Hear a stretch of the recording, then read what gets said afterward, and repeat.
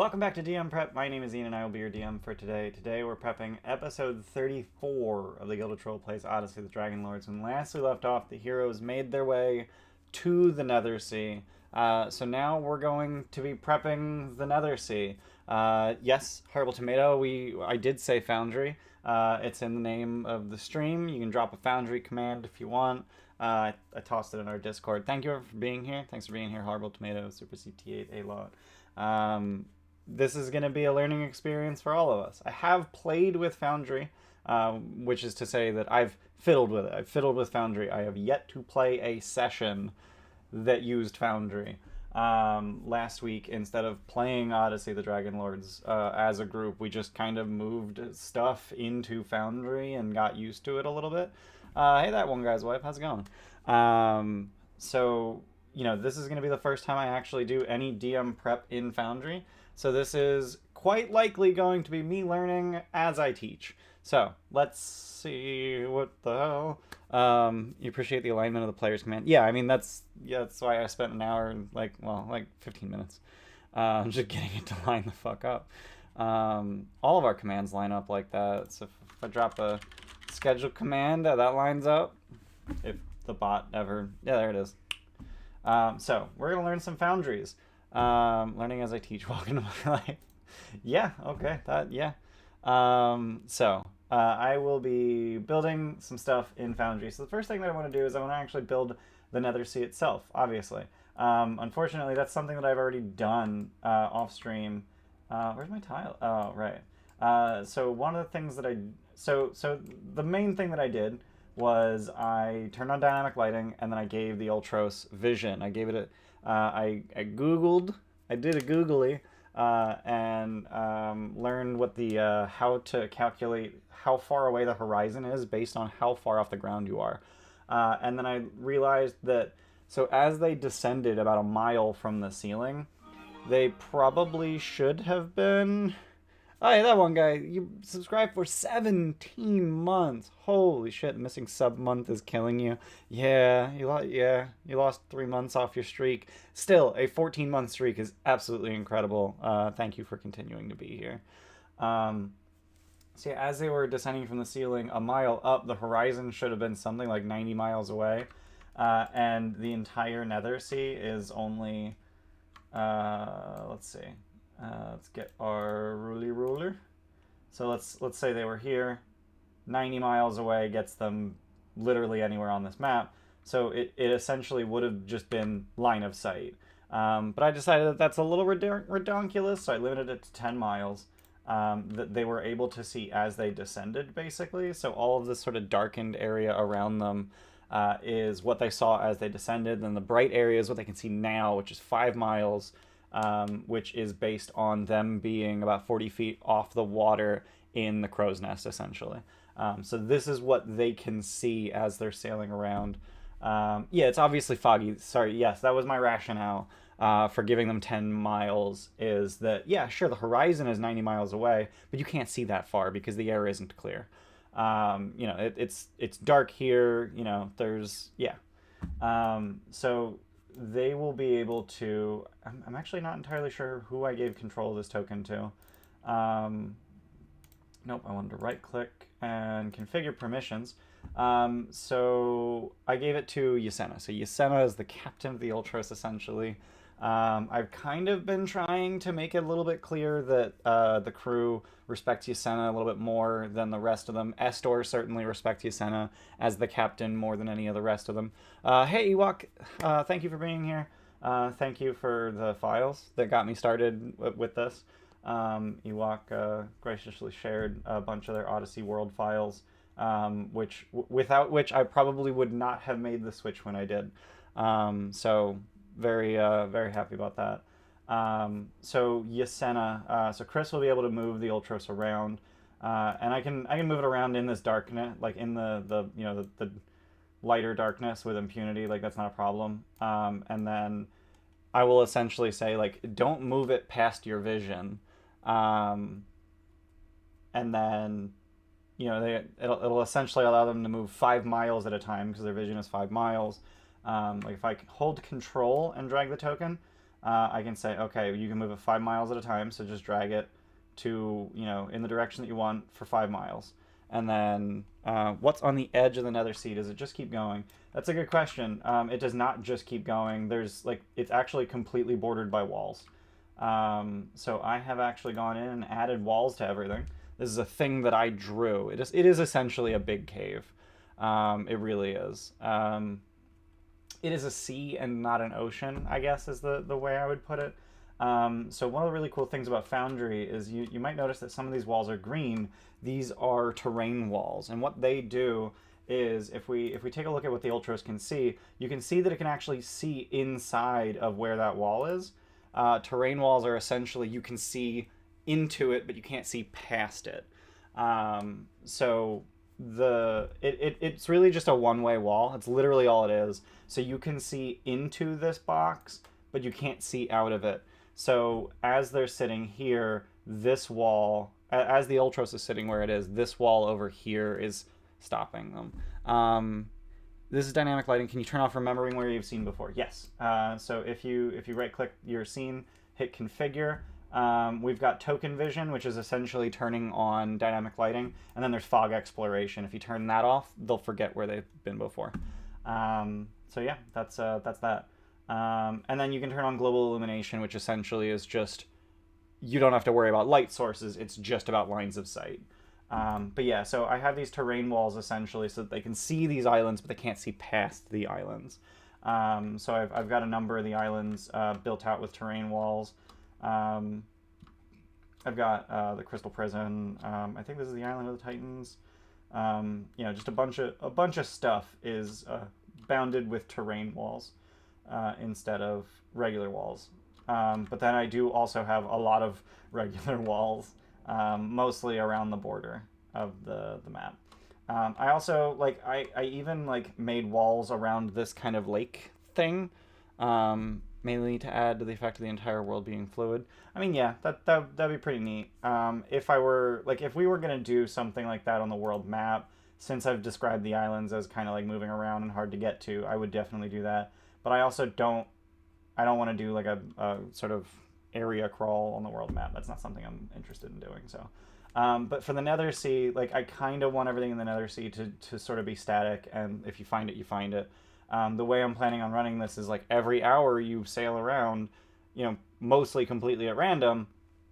You move your token 5 miles, and we'll see what you guys can see. So if we look at the permissions on this, so all players are an observer, so they can see what the token sees, but only Yasena can move it. So that's to keep everyone from just throwing the token around all over the goddamn place. Although if they start doing that, I can just hit spacebar, and that pauses the game for everybody, and no one can move any tokens except me. So that's a cool feature. That's a Foundry thing. Other things that I've already done in Foundry is I set up a Kyra macro. So I just hit a button. Kyra does stuff. So that's neat. And I don't even need to click the button. I can literally, I don't even need to open. I can just hit 1. It is a Luke stop moving button, yes. That is exactly what it is. Yes. On that topic, I've installed a number of modules, including one called Hey Wait. So if I were to... Let's just say that I wanted... if they happen to get to here, and I wanted the game to stop as soon as they got there, I can put a Hey Wait tile right here. So as soon as this token lands here, it would pause the game automatically. Hey Wait's a cool module. You're so pleased to see me using Foundry. I'm super jazzed to be using Foundry. So yeah, I'm very excited. I also spent 3 hours the other day setting up these, what I called the PC summons. So I have essentially gone through all of the characters' spell effects and found a bunch of things that need a persistent effect on the map. So if Helios casts Call Lightning, we slap a Call Lightning cloud right on top of him. This is his cloud, and you can see through it, but it's the sky is darkened. We've got Actual Darkness, which I think Orsino and Scorpius can cast. I know Scorpius can. I think Orsino too. So we got Magical Darkness. We've got a Fey Spirit, which is just Helios' Summon Fey. We've got Maelstrom, which Helios can cast. And if Orsino decides to drop a Sickening Radiance on top of it again, we've got that guy too. What else we got? We've got a Moonbeam for Helios, and then these are all. So I also have it set up so that the players can actually drop these on the map on their own. I don't need to go digging for all of these Senna's elementals. No, I didn't get the elementals because I'm smart, but I can do that. That's very easy to do. Actually, if I go into elemental, everything's broken because I moved a lot of files around. Like almost everything is broken, but it's okay. I'm probably just gonna end up deleting this whole folder and re-importing things as I need them. But yeah. So we've got Spirit Guardians for Alaris, and then here's a thing that I learned how to do. So if we've got Alaris and we've got Spirit Guardians, I have this handy dandy module called Token Attacher.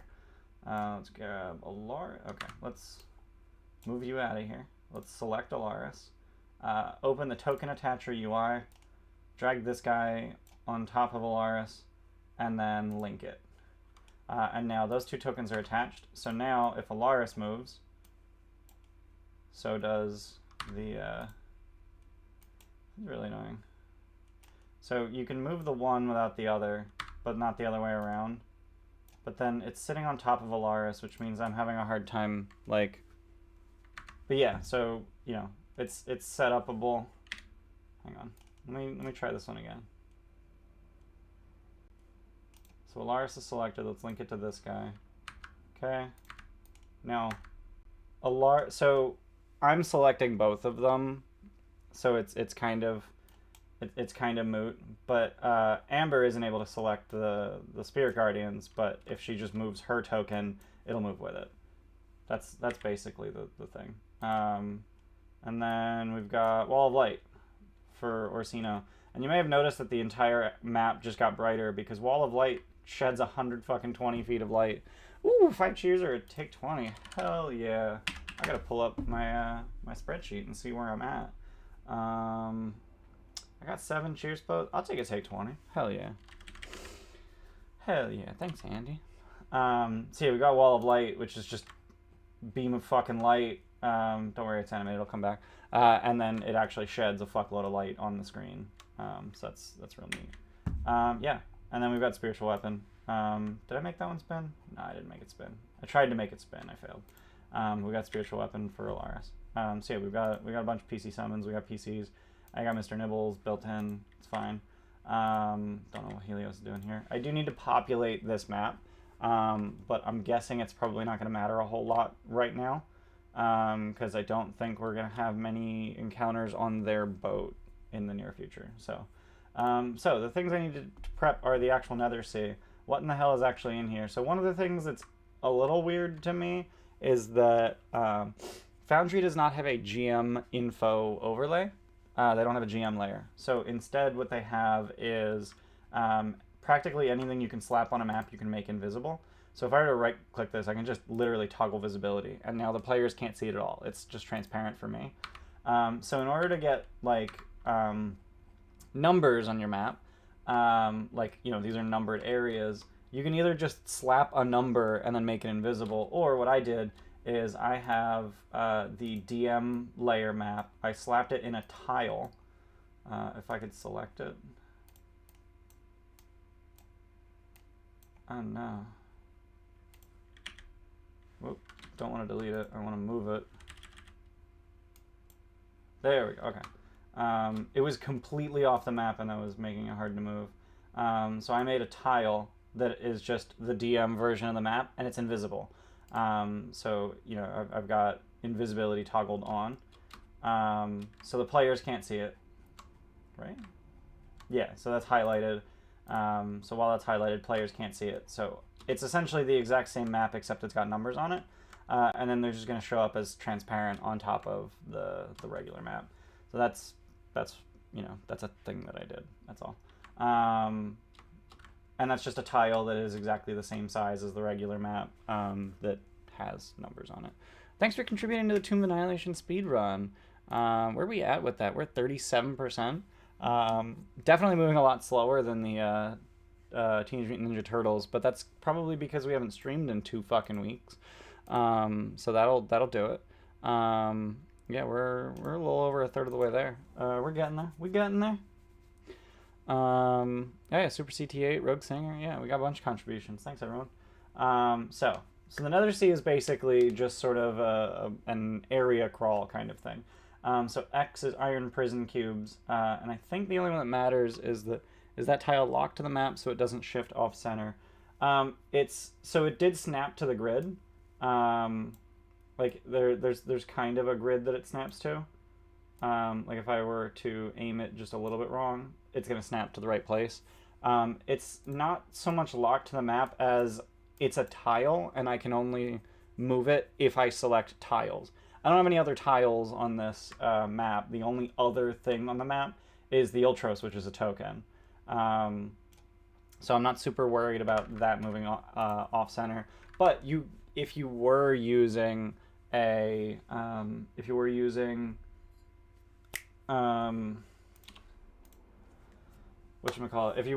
a bunch of other tiles on your map, and then you just had this one tile that's the size of your entire map, that could get problematic. I could see that. So I think the better solution is literally just having numbered tiles. Like, make this number 2 a tile and put that where you need it, rather than having this full map tile. I think that's probably the better solution, I think that's how Roll20 does it.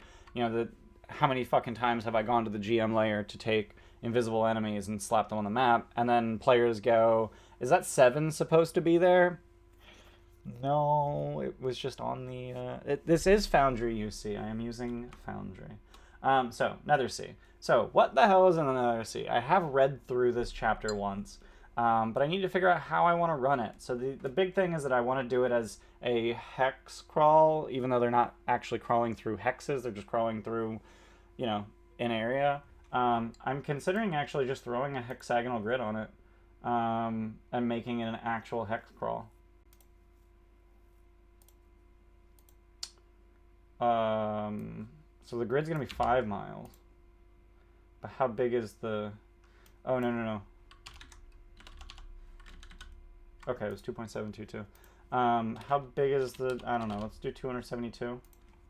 Maybe. That ain't right. That ain't right at all. And that fucked up my tile, too, for some reason. Why did that fuck up my tile? That was weird. Oh, because the tile now wants to snap to that grid. That makes sense. I think it's too big. Is it?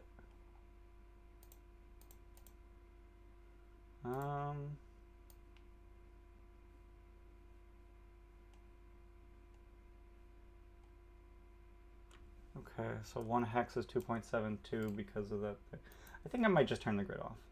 I think I might just put that back. I don't want to screw with it and like ruin things. So I'm just gonna put it back how it was. Like running it as an actual hex crawl could be cute, but I don't know that I want to. Like it doesn't need to be a hex crawl because I can just say, yeah, just go that way. It's fine.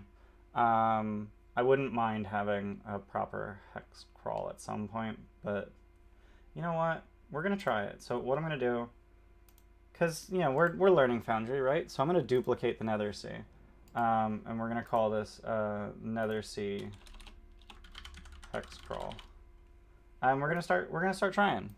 We're gonna start fucking with it. So we're gonna do hexagonal rows. So the grid scale's got to be 5 miles. But then the grid size, let's start with 300 pixels. See what happens. And then I want to go here. Right click view scene. There we go. Okay. I think that grid is way too big. So first of all, I need to get this tile and line it up. Actually, I'm going to grab the tile and, like, move it away. What the... Okay. I just want to move the tile. Apparently, if your cursor is outside of the padding, it gets real fucky. Alright, so just move the tile out of the way so that I can do what I need to do. And then, oh, the tile has the scale on it. That's obnoxious. Okay, so cool. Let's line up the tile. Love it. Alright, tiles lined up. So now I'm going to take my ruler and just measure. Yeah, so this is too big.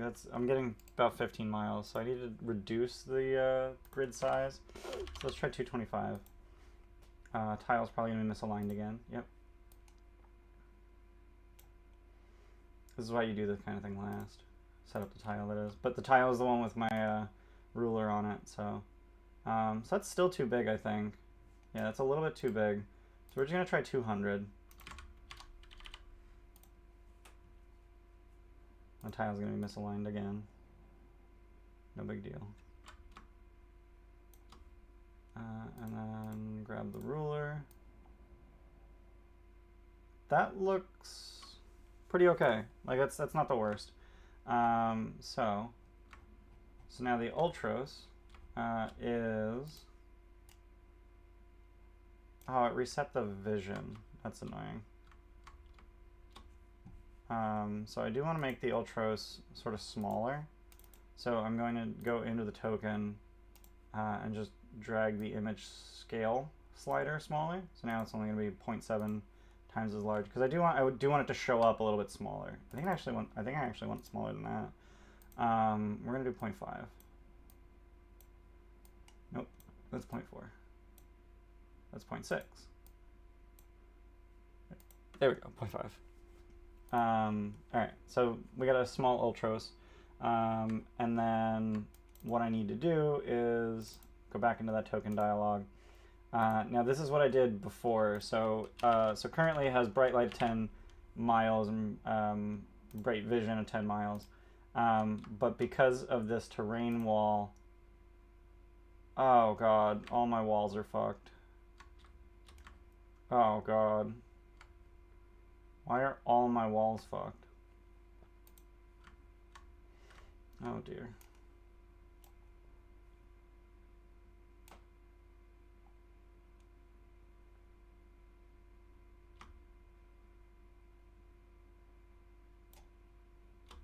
Fortunately, it seems that they were just translated and not, like, scaled wonkily. So I just had to put them back where they belong. So one of the problems is that because there's terrain walls here, the Ultros can't see anything. So I'm just going to delete that wall and then put it back. What the hell? That's not what I wanted. You get on that wall. There we go. No, that didn't work. Get there. I don't know why this is being weird. Control. Right there. Okay. And then delete that guy so that they can see past it, and then just put the wall back. I don't know why these walls aren't, like, snapping to each other. Seems kind of weird. It's very odd to me. Just gonna delete them both and see what happens. I don't know why they're not snapping to each other, but that's fine. So now if I click onto the Ultros, it doesn't have any memory of seeing past that. What the hell? Oh, did I not turn that on here? I duplicated the scene.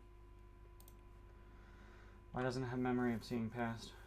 So let's reduce its vision to 5 and 5. Now that it's seen the 10 and 10, reduce to 5 and 5. So now I can essentially see adjacent hexes. So yeah, I kind of don't hate the idea of a proper hex crawl. I think that's kind of neat. So we'll see how that goes during the session, and if the hex crawl is proving problematic, then we will switch to the not hex crawl, and then just like immediately like, okay, cool.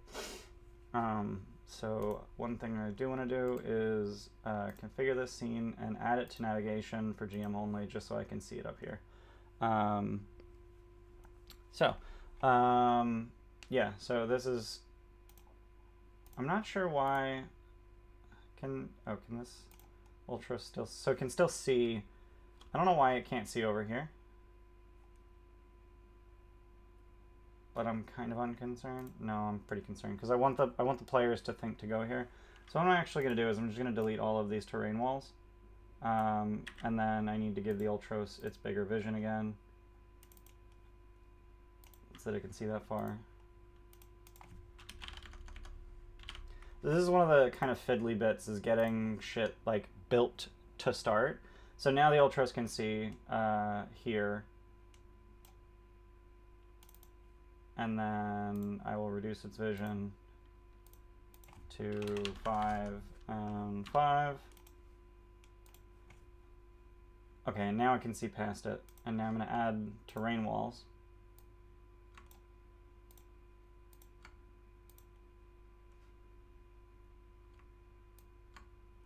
Didn't want to hold control there. Okay. Alright, so now I've got the terrain walls. So now in theory the Ultros will remember, yeah, the Ultros remembers what it was like to see past those islands, because it was essentially seeing over the islands as it descended. So, outside of aligning grids and maps to start all the fiddly bits, Foundry seems to be... Yeah, no, all the fiddly bits are super, like, usable. So one of the really cool things that Foundry lets you do is, how many times have you put your players on a new scene in Roll20, and then it's just like, wait, where are we? Oh, you're all the way by the bottom left. None of that in Foundry, because I can configure this and say, where is it? There's an option. Where is it? Initial view position. Just click this button, and bam. It will show where they are now, where I had my camera. So it just copies that. So when the players get here, this is what they'll see, is what I have shown to them. So there's some walls around here. You know, they can't see past this wall, so there's like some darkness right here. And yeah, so that's the Nether Sea. So the reason I was super concerned with actually getting their vision past the island is because, you know, they might see this guy over here, which is one of the Iron Prison Cubes, and they might want to check it out. So what the hell's in the Nether Sea? Let's actually get to this, because we're half an hour into DM prep, and I haven't even talked about, like, what the hell is in the Nether Sea. And I have to prep a lot of maps, I think. Traveling to the Nether Sea, they already did that. Arriving in the Nether Sea, they already did that. I'll probably reread this read aloud text. Nether Sea is dangerous for many reasons, but the water is an immediate risk. So, for one thing, the waters are acidic, and each day they inflict 30 damage to the ship's hull. The Ultros have been magically protected, so it only takes 5 acid damage per day. I think it makes more sense.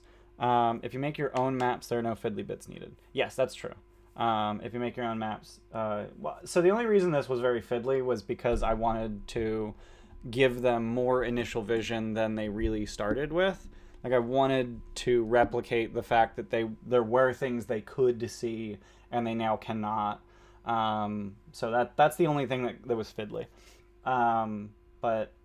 So yeah, this protection, I'm just gonna say that, you know, it is not magically protected, because that seems overkill. Because they have the Antikythera, which can repair their ship 50 hit points a day. You know, I do actually have the Ultros' hit points in its stat block. So it's got 800 out of 1,000 right now, because it took 700 damage. Can they not fly in the Nether Sea? They cannot. Their magical propulsion just doesn't work down here.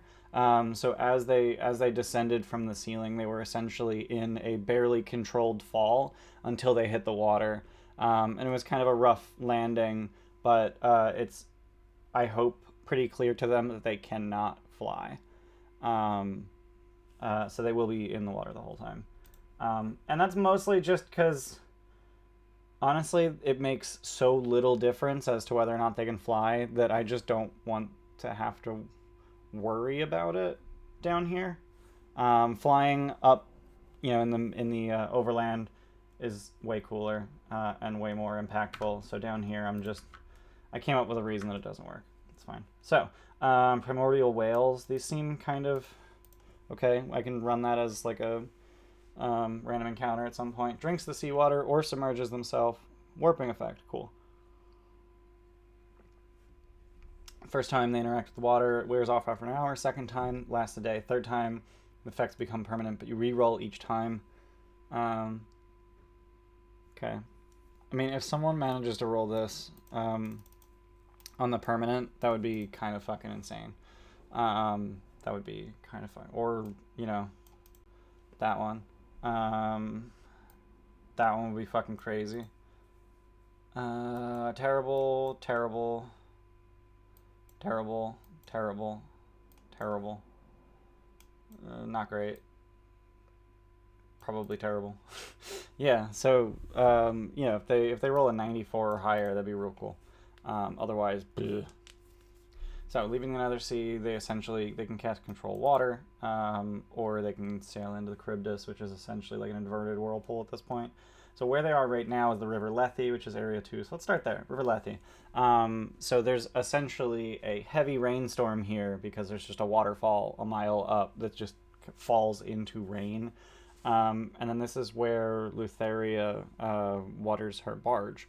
So, demon shots again. I mean, yeah, I could see Luke doing that.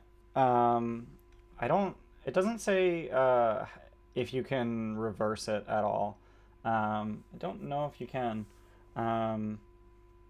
So it's not sure. I'd probably just say Greater Resto to get rid of it. No strong winds can be felt. Nearby waves remain calm. Storm does not seem to move. Remains in one place. Yeah, it's this waterfall. So that's the thing. So Charybdis is churning maelstrom, gushes thousands of feet in the air, vanishing into the darkness of the sky above. It's an inverted whirlpool known as Charybdis. So you just fly up, and then... so this is dumb. There's a 5% chance that any ship entering will be utterly annihilated by the cosmic forces that power it. And it's just like...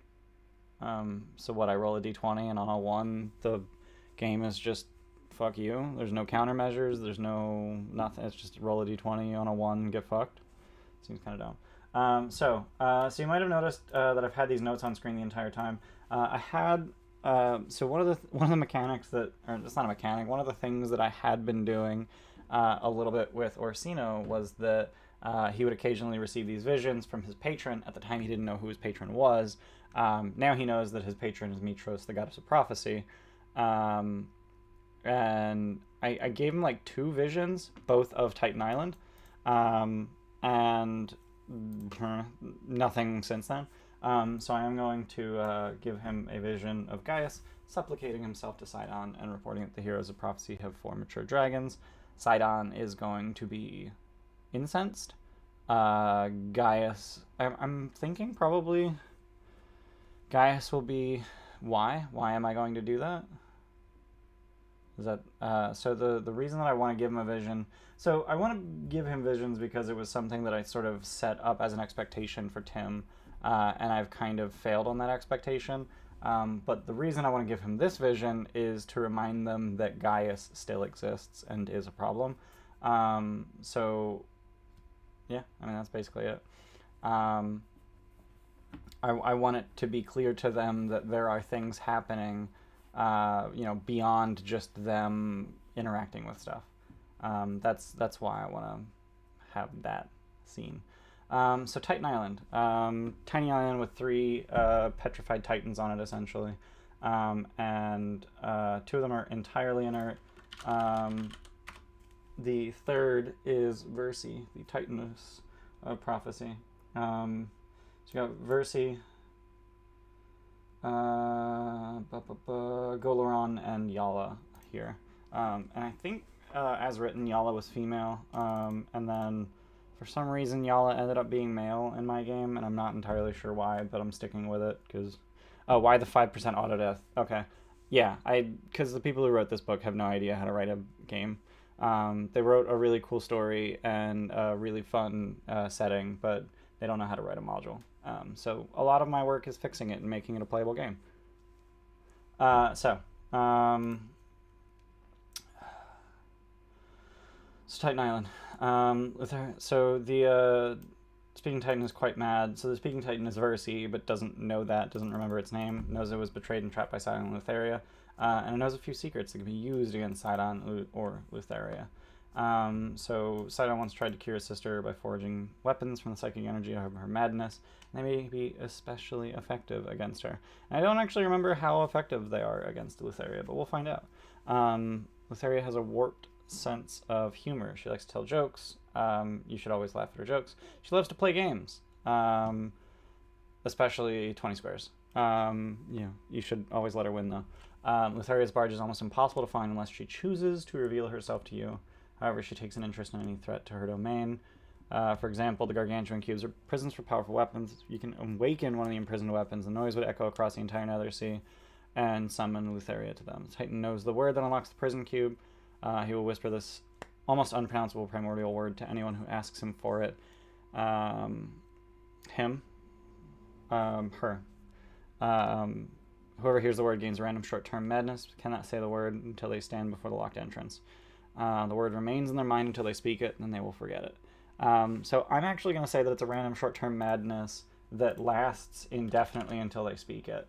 So we're gonna pull up madness and see what kind of effects there could be in short-term, because the short-term madnesses are, thanks Jordan, the short-term madnesses are very potent.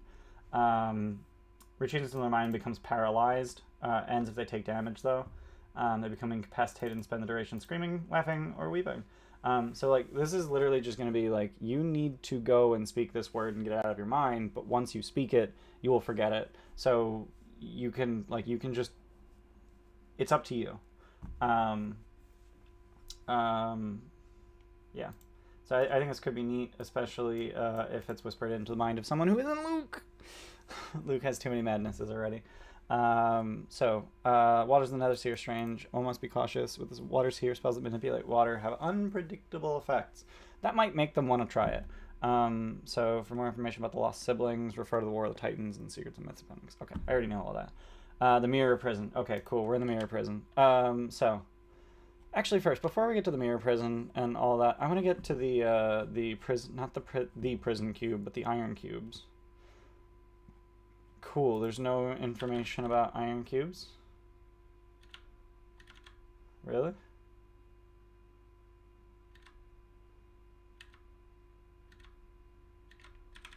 Where's the map of the Nether Sea? There it is.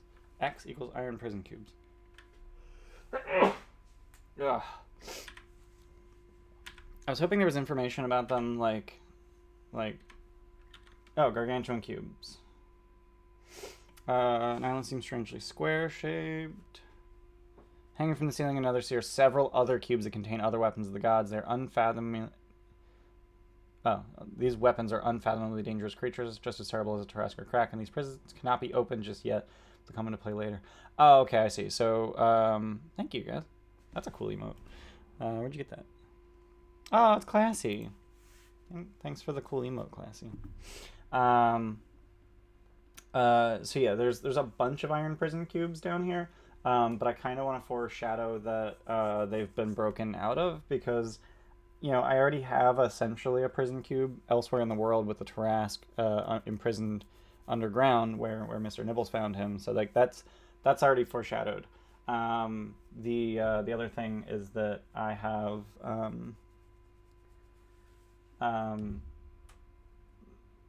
since I had the Tarrasque elsewhere, I can't have him in this cube that's down here, the Prison Cube. So it won't be the Tarrasque in here. It'll actually probably be, I'm thinking the Nether Dragon. And then the Kraken has already escaped. The Crystal Prison was his, was it called the Crystal Prison?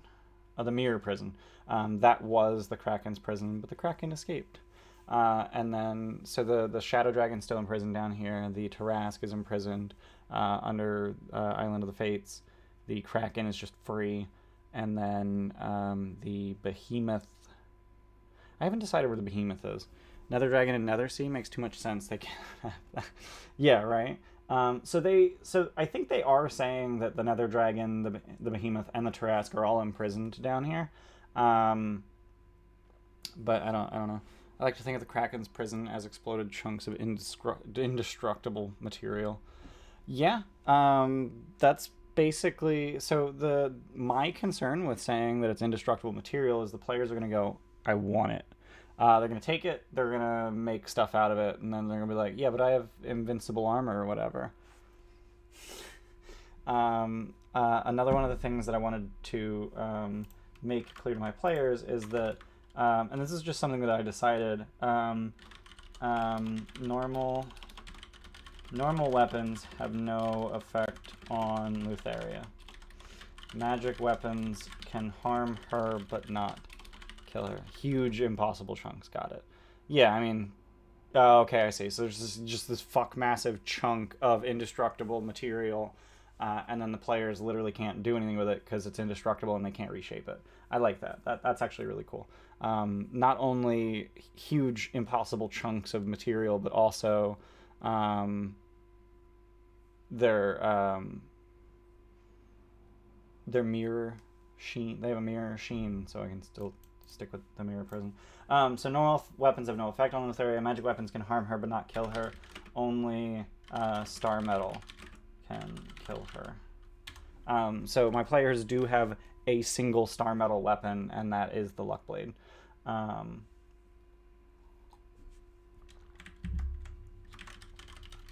Because they never found Titan's Bane. They never found Titan's Bane because they never went to Themis. That's just not a thing that happened. So, Mirror Prison. So one of the really cool things about the Mirror Prison is Alot here sent me a fantastic map a few weeks ago for to use for the Mirror Prison. So I'm going to open that up. Nope, that's not where I wanted that. Get over here.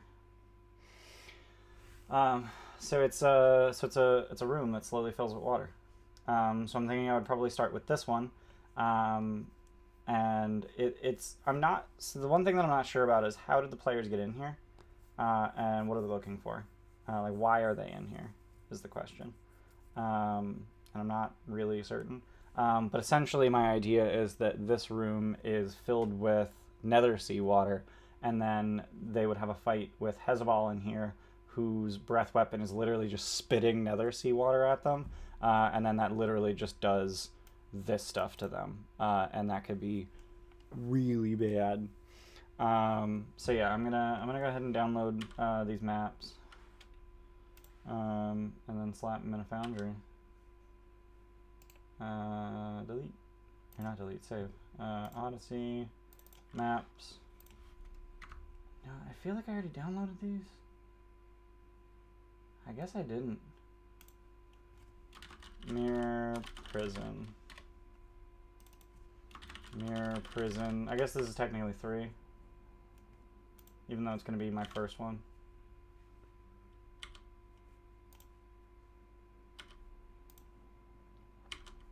Okay.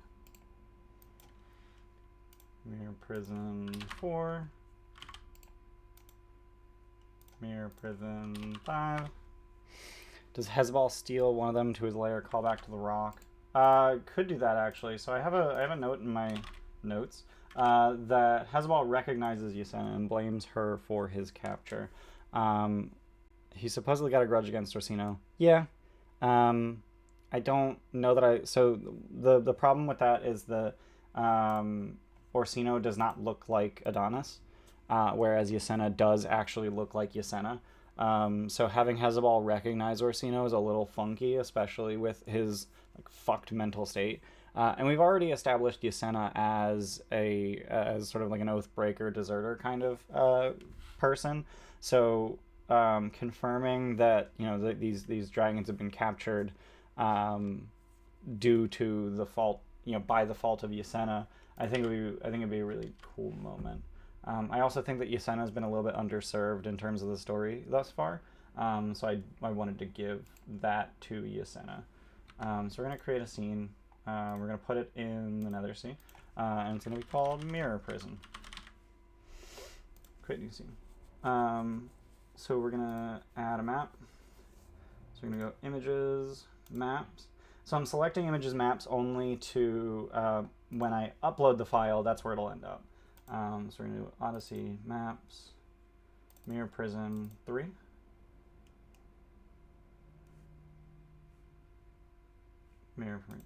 So it uploaded it. Save image. Save changes. Oh, yes, that's fine. Let's go view the mirror prison. So the grid's not lined up, which is fine. I'm guessing it's probably a 70 pixel grid, and I have it set to 100. So let's just change that. It is not a 70 pixel grid. So let's see how big the grid is. So Odyssey maps, mirror prison. So the map is, what the hell is this? Okay, it's 3933 pixels. All right, let's open it up. This is a lot of friggin' squares. Woof. All right. 1, 2, 3, 4, 5, 6, 10, 11, 12, 13, 14. You know what? I think they told me how big it was. 69 by 67. Okay. Cool, cool, cool. 3933 divided by 69. It's a 57 pixel grid. That's weird. That's real weird. That's very weird. All right, save changes. Okay, so now the grid's actually lined up, and bam. So this is essentially how it would start, and then Hezebal, much like Hexia, I would imagine, has the ability to swim from one of these to another. They are very far apart, though, so it might take him more than one turn. Now, do I have a Hezebal? I don't. So let's create. I made an NPCs folder and put nothing in it. That's neat. So let's create a Hezebal. Hezebal. Non-player character. We're going to put it in, I guess, creatures. Create new actor. So we're going to upload NPCs. Do I have Hezebal art? No, I don't. Hey, Shifting Wolf, how's it going? Doing good. Okay, so I do not like that Hezebal. What is that? That's a Dracolich. That's not a... I don't like that at all. I don't like it. So I'm going to pull up Roll20, which is a thing I never do, so that I can steal the Hezebal token out of it. Because one of the nice things about Hezebal is supposed to be supposedly healable. Yeah, so he is supposedly healable, but it's written really shittily. Like, you have to greater resto 3 times in a row. And it's just like, huh?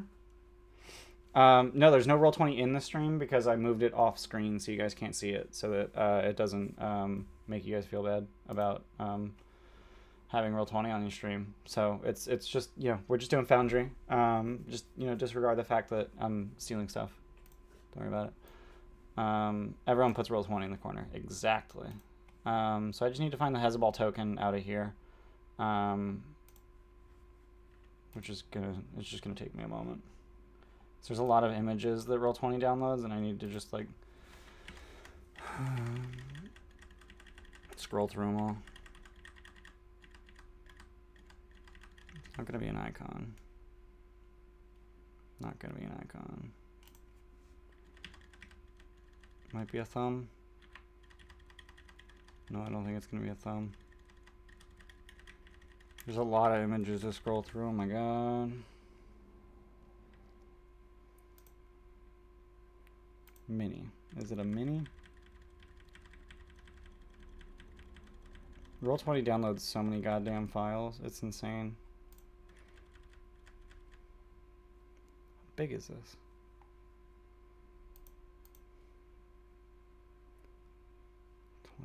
KB. Whoa. I'm having a hard time over here. I think I found him though. Is that no, that's Hexy actually. Hug. I don't think these are big enough though. I don't think it's in the mini dot ping. I think I want. Is it max dot? No, it's gotta be a dot ping. Starting to think maybe fuck it.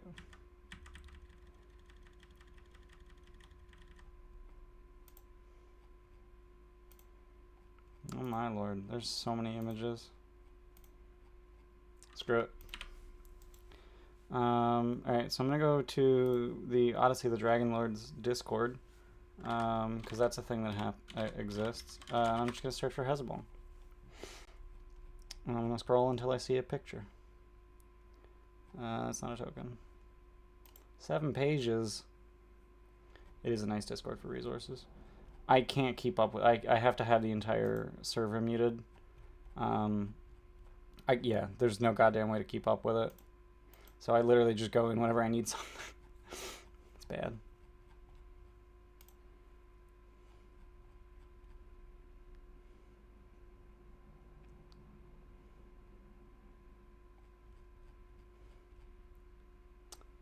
I found the one Hezbollah token, and it's the one I already have.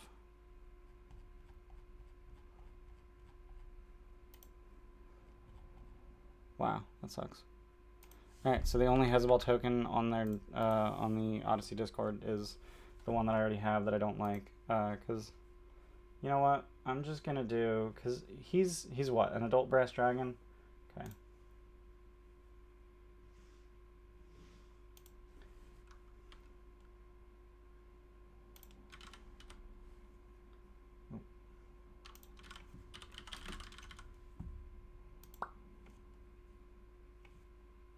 Do we import?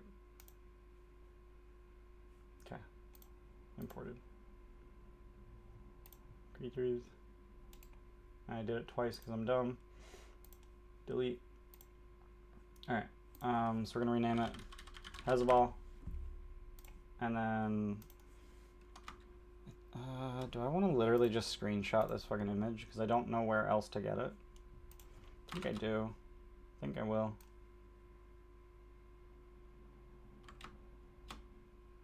Screenshot. Cool. Images, NPCs. This file. Pictures.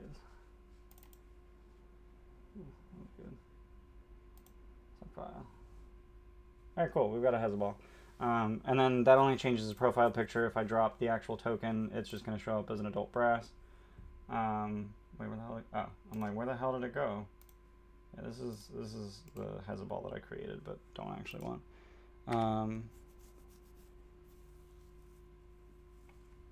Got it. Yeah, running the server is pretty intensive.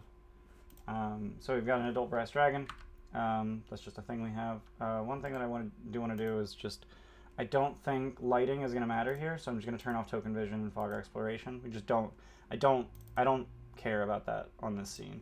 So we've got Hezbollah, and he's a thing that exists. And then I can just invisibly, like I can make him invisible, so the players can't see him. And then, you know, he dives down, he moves over here, he pops out, and then, you know, he waits down there. Yeah, so it's definitely going to be another hit and run kind of dragon. He's going to be smart enough not to pop out where people can see him. And then he's going to use his Nether Sea breath. So if we look at his actual stat block, he's got a breath weapon. I'm going to replace his sleep breath with another sea breath. Instead of con, it's going to be dex, and on a failed dex save, you just get the effects of the primordial waters. So this map is perfectly huge. Yeah, it's absolutely fuck massive, and I'm about it. So the question is, how do I want to handle the water rising? Because that's a thing. They have so much movement and area effects. It's really nice. Yeah, right. So, you know, it's absolutely fucking humongous, which is great because my players are really, really good at... Does he have a swim speed? Yes. Instead of a fly speed, he has a swim speed. So, yeah, let me actually fix that in his character sheet. So, edit. He does not have a fly speed. He instead has a swim speed. Okay. Yeah, that is a thing that's true about Hezebal. I don't know where. Oh, here it is. He cannot fly. He has a swim speed of 80 feet. He's immune to the effects of the Nether Sea, and he has water breathing. His madness can be cured by Greater Resto, but only if they cast it 3 times, which is stupid expensive. Costs all of their 5th and 6th level spell slots, or Laris's. And it's just like, so someone mentioned, I think it was A-Lot, mentioned capturing someone. Yeah, it was A-Lot. Capturing someone and stealing them back to the lair. I think that's going to go very, very poorly. And if he shows himself before the players really get here, then it's just gonna. He's probably just gonna get murdered. Incidentally, I kind of want to give him maximum hit points. So 15 times 12 is 180 plus 75 is 255. So he's gonna have 255 hit points just because he is like a boss type creature. And I'm actually wondering if he should be ancient. Yeah, nat 20, fuck massive inflict wounds, and then he just dies before he even gets an opportunity to do cool things. But essentially this fight isn't even going to be...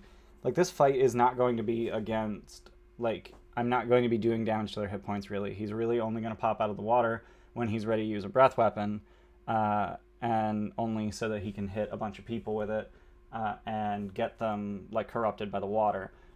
So it's really, and then there's also like water is filling the room. So 255 isn't really that much HP for this group to truth through. No, but he's also not going to end any of his turns where they can attack him unless they're willing to jump into the water that murders them. So every time he ends his turn, he's going to be down into the tunnels underneath the water. So the only way they can attack him is by readying actions. And I know Orsino is very effective with that with Eldritch Blast. Orsino and Alaris are really good at that with Eldritch Blast or Guiding Bolt. Everyone else is kind of like, along the lines, while exploring the broken, corrupted mirror present, you see reflections you can't discern. You can't tell if it's reflections of dripping water or if something is in here with you. Yeah? That could work. Yeah, that could indeed work. That's if they decide to explore this place. The vibe you get in The Hobbit and Bilbo seeing the massive gold piles and no idea where Smaug is. Okay. I mean, yeah, cool. Yeah, I like that. So the question then is, when does the water raise in here? And when does it... So I'm thinking, if they get here, right. So I'm thinking... I'm also wondering how to do multiple stacked maps. Like in Roll20, I would literally just put more things on the map layer. There's no such thing as a map layer in Foundry. So I'm wondering how I can have multiple stacked maps and then just like select which one they're on. I mean, I could literally just go in here and swap them out, but that seems like a lot of work. I don't know, what do you think? What do you think, Mose? I'm just gonna upload them all real quick. That one's uploaded. Mirror Prison 5. Uploaded. Mirror Prison 6. Uploaded. I don't like the am I gonna have to actually like go in here and select file, save changes, and then bam, map updates? Is that what I'm gonna have to do? I mean, if that is what I have to do, no big deal. I just would like to know that ahead of time. Yeah. It's not a time-consuming process. It really isn't. So I'm not mad at it.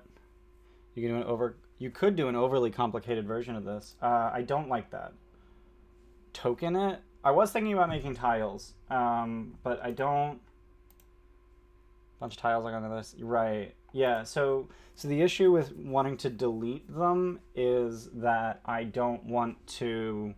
I actually want this to rise and fall, to give them more opportunity to like get caught up. Like, oh, okay, let me move over here. Oh shit, it's moving up again.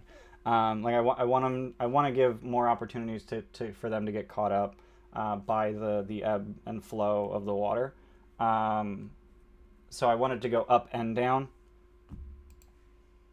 So I think this is probably just the way I'll do it. So, you know, it's not that bad. Just mirror prison, select file, save changes, done. Turn the high water into a tile and make it invisible or visible. So if it was literally only 2 maps, then having a single tile would be fine. A tile that I toggle would be fine, but there's 4 maps that I want. So I don't think that that's going to work. I'm also actually wondering if I want the one where it's just like a little pool of water right around this, but I don't think I do. So I'm going to make this guy invisible to start. And then I think in terms of like, oh, well, where the hell are the players right now? I think I'm just going to have them start down here. So I'm just going to slap them down there right now. What does it do to their character tokens if you plop maps on top of them? So tiles, I think, are always behind tokens, so that's neat. So if I make a tile, so if I make an Alaris token and then I make a tile, and then let's place tile right on top of her, and then let's pick tiles. Sure, let's do the Gilded Troll logo, update tile. So yeah, it's behind Alaris. So you do a multi-level token route and make a multi-level map that duplicates all the tokens on each of the levels, but that's the overly complicated way. Yeah, so I was actually thinking about that module that does the shared spaces and whatnot, but that seems like a goddamn nightmare, and I don't want to do that. But yeah, tiles always go behind tokens, so if I made a tile for the map, it would always be behind the token. So I could actually, now that you mention it, you know, when I need to update the map, I could literally make a tile. Oh, I missed. Make a tile that covers the entire map, and then maps, mirror prison 4, select file, update tile. Bam. Now the map updated. So I could do that. I don't think I like it. It's not as bad as it seems, but it does take a little bit to get set up for. So my concern with that mostly is that not something I want to do the day of. Yeah, so that's the thing with my DM prep is if I can't comfortably do it day of, I don't want to do it. I'm not the kind of DM who pours hours and hours and hours and hours and hours and hours and hours into a session. I'd rather hone my skills so that the table, I would hone my skills so that I can minimize sort of wait time at the table. Like that's the kind of prep I'll do, is to minimize wait time at the table. And this seems like a really good way to minimize wait time at the table. Just right click, configure, switch the goddamn map out. That's it. One thing that I don't know how to do, and I'm glad Moses is here, because I can ask, how can I add, like let's say I wanted to add a layer action to initiative. Like this guy, you know, he got a fucking 2 for initiative. That's neat. How could I add a layer action that always goes at 20? Do I just hit the plus? Nope, that's another encounter. What the fuck? Invisible token. I was afraid of that. Okay, so let's create actor. We're gonna call it a layer action. It's a non-player character. Put it in NPCs.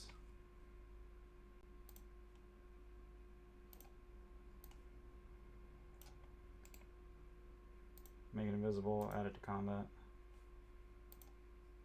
Okay. And then I can just can I manually set its initiative? Oh, nope, not update combatant. Oh, that would work. Yeah, update combatant, initiative 20. That's a little annoying, not gonna lie, having to do it like that, but it is what it is. So yeah, he's just over here. He's just vibing. Alright. So that's a thing that I now know I need to do. Okay. There's probably a module for layer actions, and if not, there should be. Yeah, that makes sense. So anyway, so I think that's pretty much my prep for the mirror prison. It's basically just going to be like, if you guys go here, I'm going to like describe it.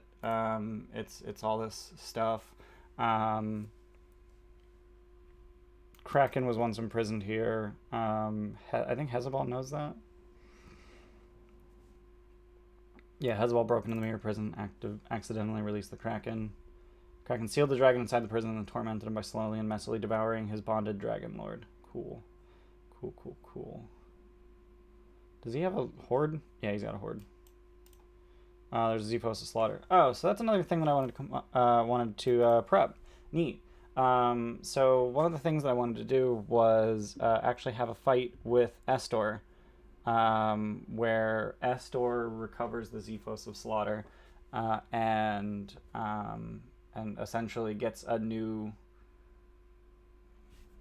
lease on life, basically.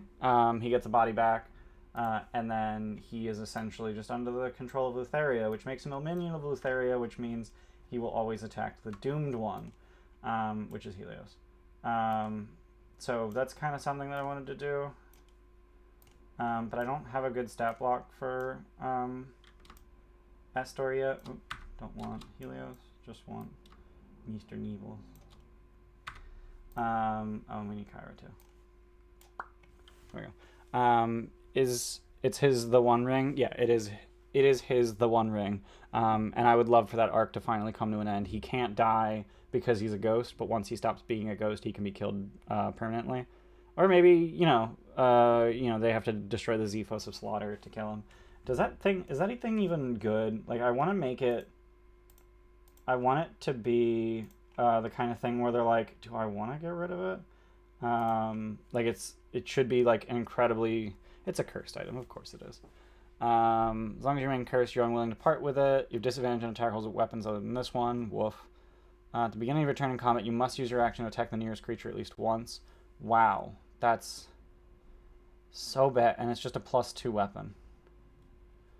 Wow. Wowza. So I'm thinking get rid of the curse, and then actually buff it, make it like a sort of sharpness, which does extra damage on a crit. Right. Yeah. Yeah, it does an extra 14 damage on a crit. So yeah, I think it's going to be a +2 sword of sharpness, a +2 dagger of sharpness. So let's make it. Let's create the Zephos of Slaughter. So sword of sharp. Let's grab the long sword because that's the one that isn't. So this is going to be the Zephos of Slaughter. Zephoses are daggers. Attunement, blah blah blah. When you attack an object with this magic dagger, hit, maximize your weapon damage dice against the target. When you attack a creature with this weapon, roll a 20 on the attack roll. It takes an extra 14 piercing damage because daggers do piercing damage. And roll another d20. If you roll a 20, you lop off one of the target's limbs with the effect of such loss determined by the GM. If the creature has no limb to sever, you lop off a portion of its body instead. In addition, you can make it cause light. Why is that? You have a +2 bonus to attack and damage rolls. How's it worded? Weapon +2. You have a +2 bonus to. Okay. Yeah, that's what I want. That's the sentence I want. You have a +2 bonus. Oops.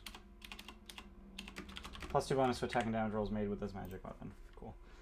So let's save changes. And then I need to actually add that modifier. So bonus. Magic. Nope, not clear cantrip damage. What the fuck? Get back here. Magic. There we go. 2. Magic bonus 2. So we've got a Zephos of Slaughter. It's built in D&D Beyond, so if they find it, the players can, blah, blah, blah. So one of the things that I want to do is that Esdor, I don't think he can leave the ship, or at least the players haven't seen him leave the ship. So if he just suddenly leaves the ship to go with them, it's probably going to seem like way out of left field, and like I want it to be something that he gets them to agree to do for him. Like bring me the Zephos of Slaughter. Bring me to the Zephos of Slaughter, because I kind of want to just reuse this map for the fight with Esdor. But I don't really know what to do with him. Like I wanted to have Esdor try to make another deal with them. Ooh. Esdor will make a deal with them that if they find his Zephos of Slaughter, they're not to touch it, and instead they are to bring him to it, which would mean that he needs to ride along in Yasena's body to do so, and then he wants to be reunited with his weapon, and then he will leave them alone forever. That's the deal. And I will no longer follow you. That's how I want to word it. I will no longer follow you. And then, they'll find the Zephos. If they agree to that, they'll find the Zephos. And then, what does he tell them he gets out of his Zephos? He just wants to be reunited with it. And I think they'll buy that because he's such a genocidal asshole. I think they'll buy that he just wants to be with the weapon that he used to slaughter so many Gigans. I think they'd buy that. And it even makes sense that he would say that now. So Esdor approaches Yasena and offers another deal.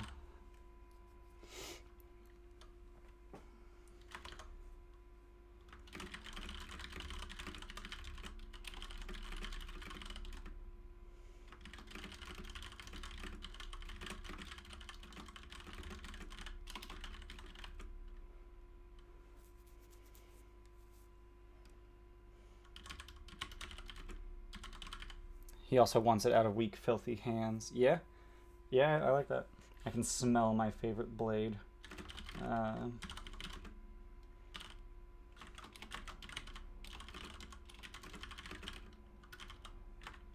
He wants it back and he can sense it's close, right?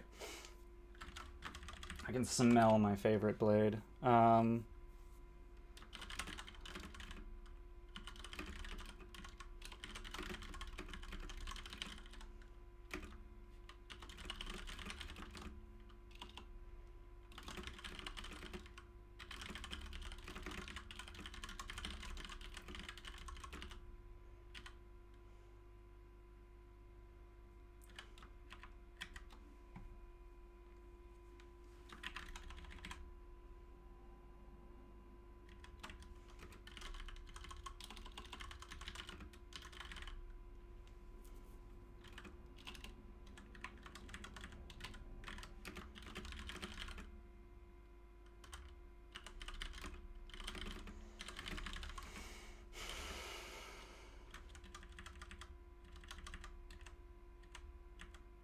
Trying to figure out how to word this.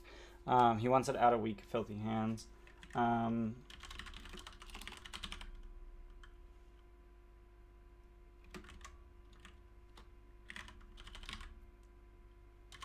Filthy Titan spawn. Filthy Titan spawn. That sounds like a phrase he'd use.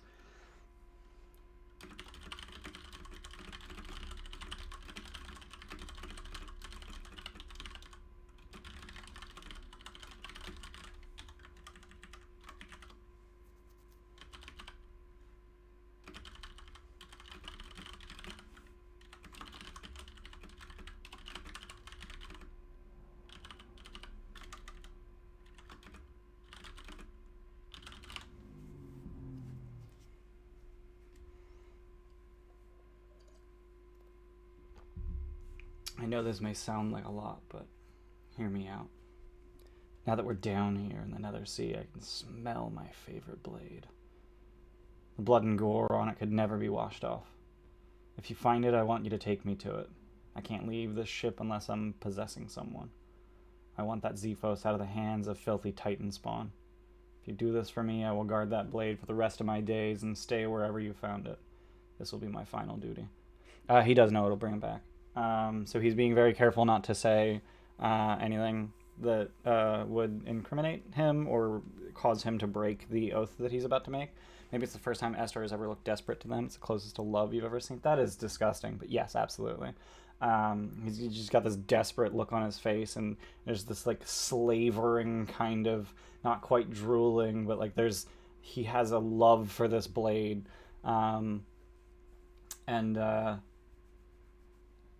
and he can describe it to them. You know, the blade is stained red with the blood of hundreds of Gigans, etc. So if you find a dagger with a bright red blade, that's the one. Knowing it'll bring him back, would he agree to stay where they found it? That's a good point. That is a good point. I will guard that blade for the rest of my days. Yeah. Yeah. I will guard that blade for the rest of my days. This will be my final duty. So yeah, he wouldn't say he'll stay there. But they're probably going to assume that as a ghost, he can't pick it up. But, you know, even as a ghost, he'll be able to just pick it up, and then he will become Esdor. So now I need a stat block for, like, a boss level Esdor. And this is essentially, this is, like, if this happens, this is going to happen here in Hezebal's lair. And they're going to need, I'm going to need a stat block for Esdor. No, I don't want in City of Astoria. I want to search for the word Esdor. Oop, not in that channel, in every channel. God. Oh, God. What the fuck? Esdor stat block. Looking forward to revisiting my Esdor stat block. Enhanced stat block, mythic foe. God.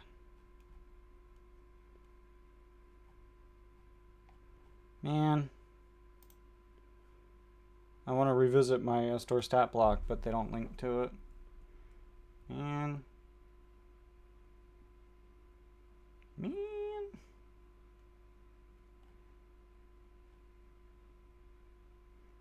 Glyph Monster Maker. It's a thing people use. I don't know what this is. Create new monsters. Okay. I just used D&D Beyond to make monsters, but okay. It'd be really cool if someone shared their Esdor stat block. Disappointed. Let's see. Mythic Ghost.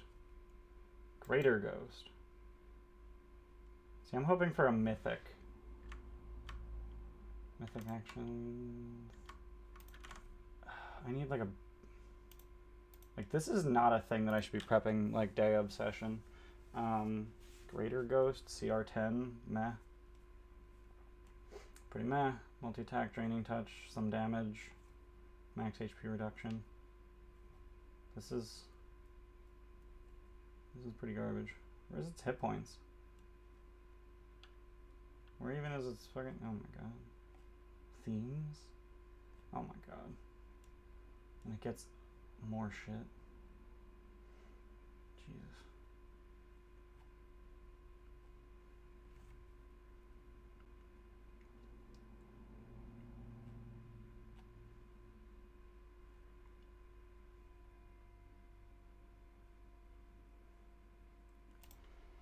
Eh.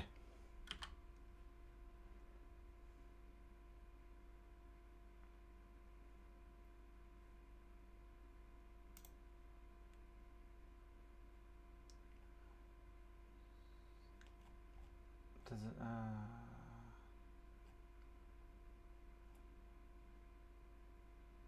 more than 60% preview? Oh, I want to see the table of contents and see if they've got, like, a ghost. Solar Beholder.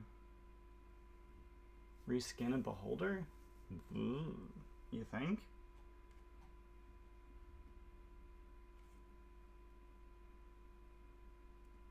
Maybe? Could do that. They've got a Tarask. Wait, this is all they have? It's like 8? It's like, well, it's like 10 or 15.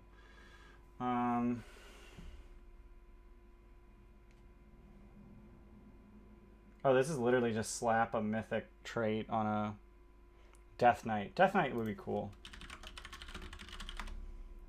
Trying to think of the things that have flavor of madness and are dangerous to that many high-level people. I mean, Death Knights are pretty brutal. Hellfire Orb is kind of disgusting with its 20d6 fucking damage. But then once you're out of Hellfire Orb, it's like, okay, cool, let me Destructive Wave, and then, okay, Actually, I think, yeah, the longsword's kind of brutal. Death Knight's actually kind of amazing. Not gonna lie.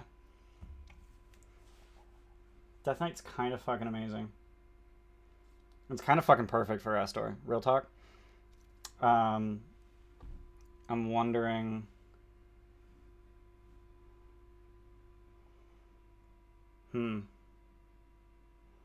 Problem is, with only 180 hit points, he's going to go down in like a round. Unless he's incapacitated, hit and undead creatures of his choice. So one of the things... Okay, so one of the things that the ghosts on the Ultros had in their repertoire was a legendary action to just summon a bunch of undead.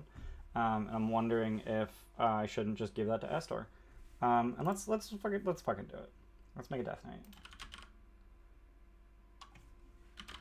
Let's make an Esdor Death Knight. Why the fuck not? Esdor Arcolander. So CR17, yep.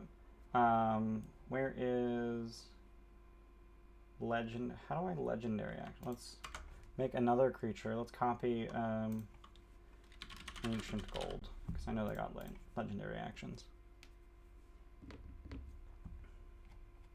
I just want to know where the legendary actions go. Is it in actions description? No. Oh, there's a legendary actions box. That would do it. Is legendary? Yes. Is mythic? Yes. What happens if you banish people while in the Nether Sea? I don't think it's another plane of existence. So it would just be harmless demi-plane. Esdor can take 3 legendary actions, choosing from the options below. Can take 1 legendary action.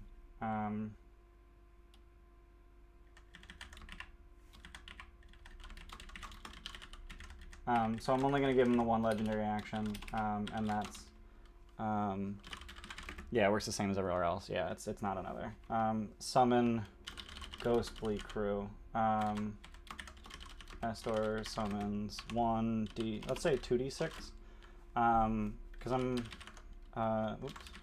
Obzedat. So the ghosts that I had on the Ultros were Obzedat ghosts. They were CR8. They had indentured spirits. So it conjures 1d6 indentured spirits within 60 feet of one of them. So we're gonna do essentially that same thing. Oops. Esdor conjures 2d6, and this got real fucked up. 2d, no bold underline, 2d6, 1d6 plus to give you a minimum number. Yeah, let's do 1d6 plus 4. You know what, I'm gonna, just so I know I don't fucking, so this is one of the things that I highly recommend whenever you're homebrewing stuff in D&D Beyond. Never like try to write your own shit. Just copy paste it from places where you know that it's working. So I can literally just, yeah, so it's monster, indentured spirit, indentured spirits. So Esdor conjures 1d6 plus 4 indentured spirits within 60 feet of him. They take their... Can you expend multiple points to get 1 big non-minion undead? Yeah, sure, fuck it. So let's say can take 3 legendary actions, choosing from the options below. They take their turns on initiative count 0. And then we've also got... What else? What else can he summon? Summon... Big non-minion undead. Ooh. Summon Thane. 3... Is it 3 legend? Yeah, costs 3 actions. Costs 3 actions. That's how it's written. Oh, these also aren't supposed to be italicized, apparently. Esdor conjures an Obzedat ghost. conjures one of his thanes. Oops, hang on.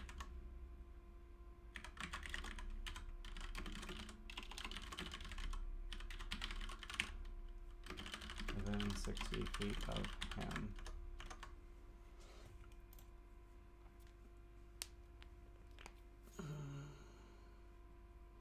I can't remember if these guys actually did, like, impressive stuff. Oh, they can cast Spirit Guardian, so yes, they do impressive stuff.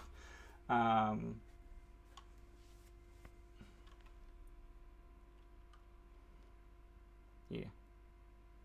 Yeah. They do not have legendary actions unless all 4 are summoned.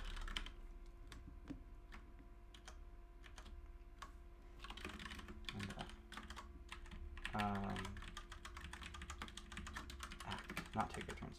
On initiative count to 0. Alrighty. So that's Esdor's. That's his legendary actions. So that's neat. Let's change the Death Knight to Esdor. Him. And then let's give him a mythic action. So one thing I want to do is just make sure I'm cleaning up all my copy of. So yeah, I've just got a copy of Death Knight is the one I'm currently editing. So let's save that real quick so that becomes Esdor. And then copy of Obsidian Ghost, delete.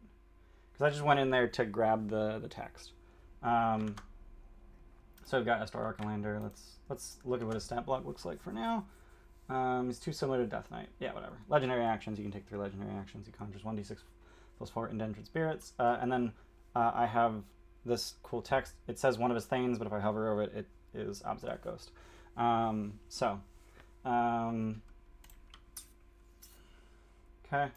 And now what I want to do is I want to create a monster so that I can look at how... I'm just going to pull up Trimocratus because I know that one's mythic. I don't even know what Trimocratus is. Is this the Hydra or is this the Kraken? This is the Hydra. Oh no, Pinsir, that's the Kraken. Yeah. Yep. Most Krakens roam the bubble. Okay. So, how does mythic... Here it is. Okay, so there's a special trait called a mythic trait.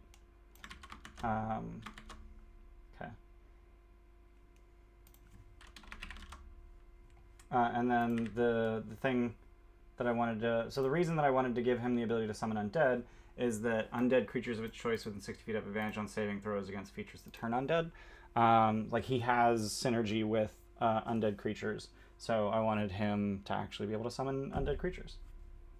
So Heart of the Kraken, it's actually going to be Heart of Brutality.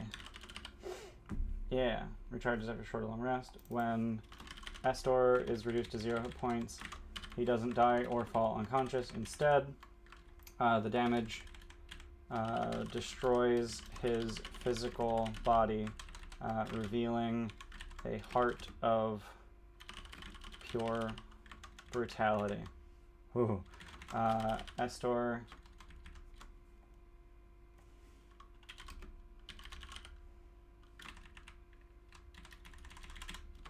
Esdor's heart has an AC of 22 and say 200 hit points. I don't know, because he only has 1. You know, the Kraken had fucking 4. It is immune to bludgeoning, piercing, and slashing from non-magical attacks, and immune to all conditions. If it is forced to make a saving throw, treats its ability scores as 10. So I don't know if this is the right mythic trait to have copied. Let's do what's the Arasta? Is that the spider lady? Is she the mythic one? There we go. Okay. I'm gonna start with that one. Armor of Brutality. If Esdor is reduced to 0 hit points, he doesn't die or fall unconscious. Instead, he regains...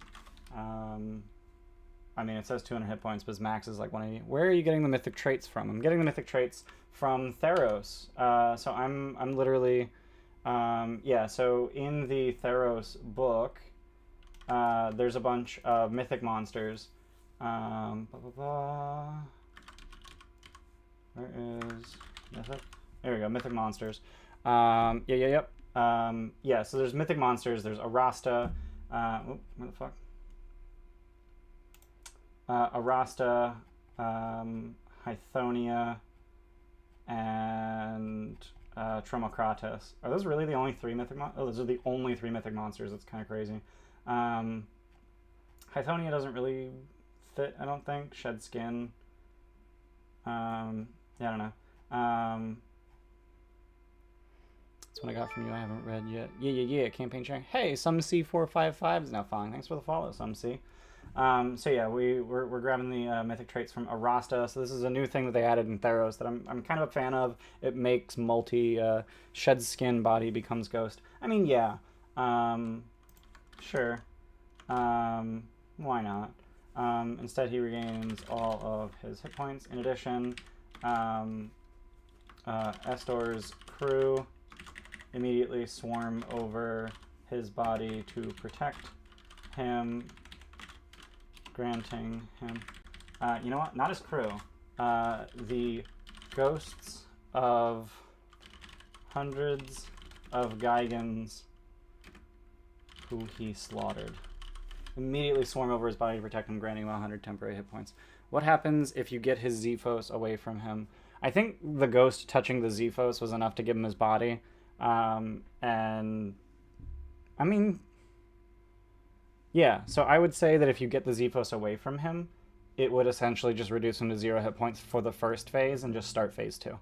So if they go, oh fuck, we need to get that Zephos away from him, and they just immediately try to disarm him, then, you know, he just falls apart, and then, you know, the Zephos, like, ghosts just fly out of the fucking Zephos and just cover him, and, you know, we just start Armor Brutality.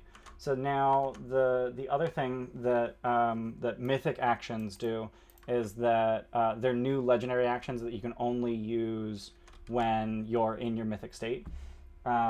So I'm wondering if we want to put the summoning the undead in his Mythic Actions, or if we want him to have those like really early. Shed Skin, and he would have gotten away with it if it wasn't for those meddling kids. Yeah, basically.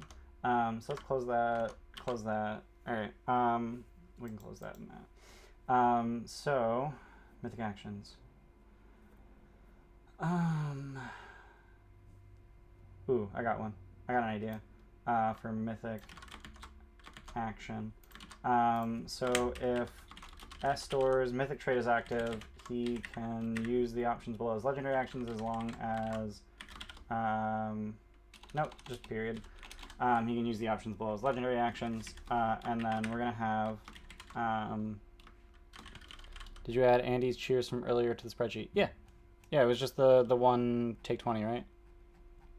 I can actually just look at the activity manager instead of, yeah, it was just take 20, yeah. Yeah, got that. So Empower Ghosts. Cost 2 actions. Each undead. You don't have nearly enough. What are you talking about? I got plenty. I got 7 cheer spells. I mean, yeah, Scorpius has 13, Remy's got 16, but like, fuck. Each undead creature within 120 feet of Esdor can use its reaction to make an attack. Hey, 400 bits from Andy. Thanks, Andy. 4 more cheer spos. Hell yeah. Alright, now Esdor's definitely gonna kick their tits in.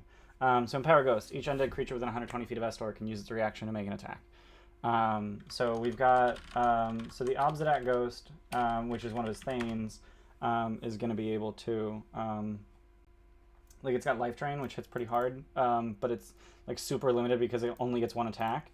And then the Indentured Spirit. The Indentured Spirit. They have a +3 to hit. Hey, 1500 bits from Jordan. Do with it what you will. I'm gonna take a crit. I like having crits.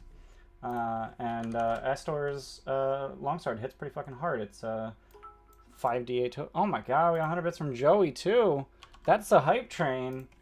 We just got a hype train on DM prep? What the hell is going on? What the hell? Thanks, guys. So yeah, as with, you know, 2 actions, each undead creature within 120 feet of him can use its reaction to make an attack.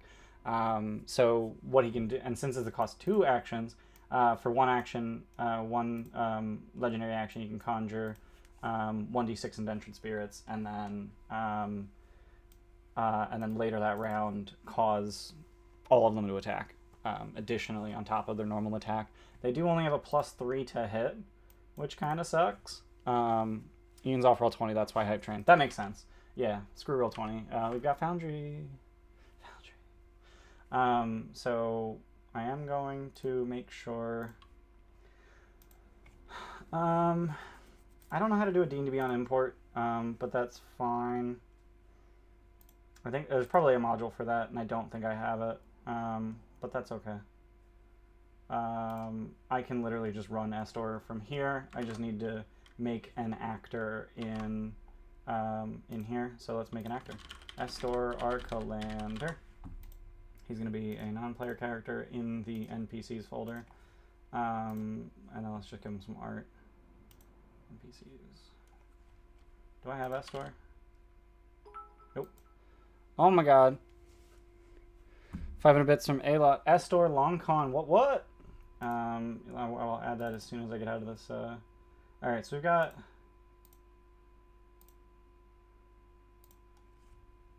Yeah, that's cool as hell. Alright, what's your profile pic? Select file. Prototype token. Image. Oh, wait, what the fuck? Ah, shit. There we go. Select file. Alright. Prototype token, image, Esdor. Oh, it was already selected. Okay. So update token, and then at some point I can actually like update it with the other thing. The players have yeah, they really do. So yeah, let's take 5 more fucking cheers pose. Screw it. We've got 17 now. I'm okay with that. So Esdor Arcalander. So we've got an actor for him in here. And then I'm just going to make sure that I import, we've got indentured spirit. Yes? Did you do it? Did you do the import? Doing it? Okay, imported. I probably got 2 of them now. Obsidian Ghost. Import. Okay. Close. Creatures. Yeah, I got 2 indentured spirits. Of course I did. Alright. So I only need 1. Alright. So that's that fight set up, I guess. Like I guess we're done. So he's got legendary actions, he's got mythic actions. Let's save him. Call it done. Save changes. Yeah, the players really do have plenty. It's kind of fucking crazy. They have an insane, like, this is insane. So let's take another look at Esdor's new and improved stat blocks. We've got mythic actions, we've got legendary actions, we got a mythic trait, armor of brutality. I mean, it is the Zephos of slaughter, so maybe it should be armor of slaughter, but meh. This says the Death Knight. That's fine. I don't need to. No, it's gonna bother me if I don't fix that. Death Knight. Esdor. The Death Knight. Esdor. Death Knight. Esdor. Esdor. Esdor. Esdor. Okay, cool. Alright, all the Death Knights are fixed, and they now say Esdor. Neato. Should the longsword be changed to the Zephos? It absolutely, positively should be changed to the Zephos. Good catch. Zephos of slaughter. Melee weapon attack. So where is this plus 11 coming from? Let's see. Because I want to know if I need to modify it. It's imperfect but workable. I'm letting it go. Wait, no, my name's not Ian if I'm not going to make this exact and correct, because who the fuck am I? Exactly, yeah, perfect. I'm glad you understand me. So he has a plus 11 to hit because he has plus 6 proficiency and plus 5 strength. So it's actually going to be a plus 13 to hit. And then it's going to be 1d4 plus 7 piercing damage. And then there's no if used in 2 hands, plus 48 necrotic damage. And then it's going to be 3 Xephos of slaughter attacks. Oh, I've collected all the level 1 emotes. Thanks for letting me know. Emotes are being delivered to supporters. Thanks, guys. Thanks for the hype train. So that's yeah, good call on the Xephos. It needs to be absolutely perfect. They need more hype emotes. I mean, there's like 50. How many fucking hype trains are you in? There's a lot of hype emotes. Like hype. So many hypes. There's also the hypers. There's so many hypes though. This one's terrifying though. Komodo hype. It's kind of terrifying. I don't know why it won't get big. So we've got Esdor built.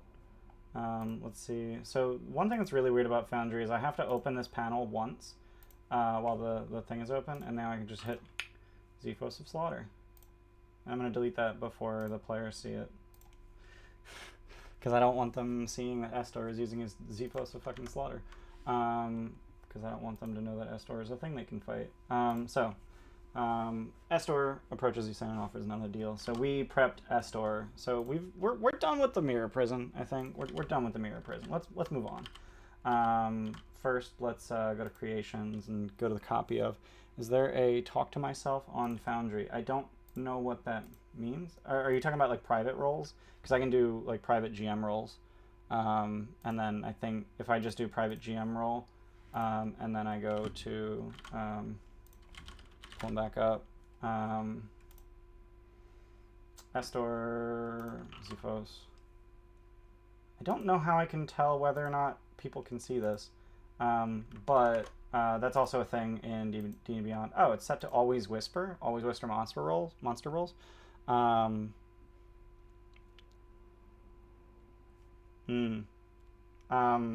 I have it set to always whisper, so it's possible the players couldn't have even seen that in the first place.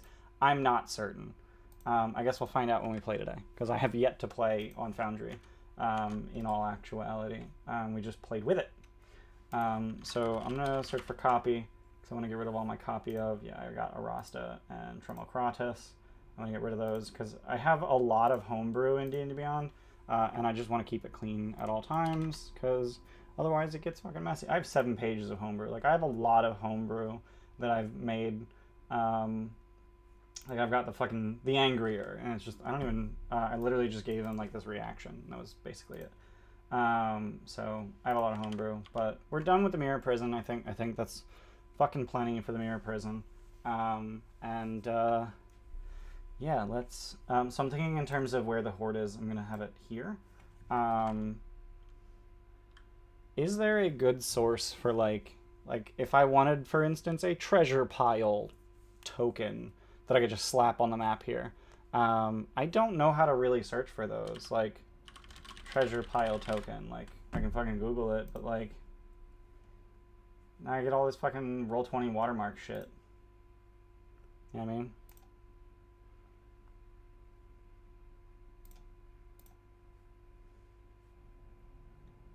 I guess that works. It's kind of lame looking. I don't feel like splitting that apart. Tabletop tokens? Is that a thing?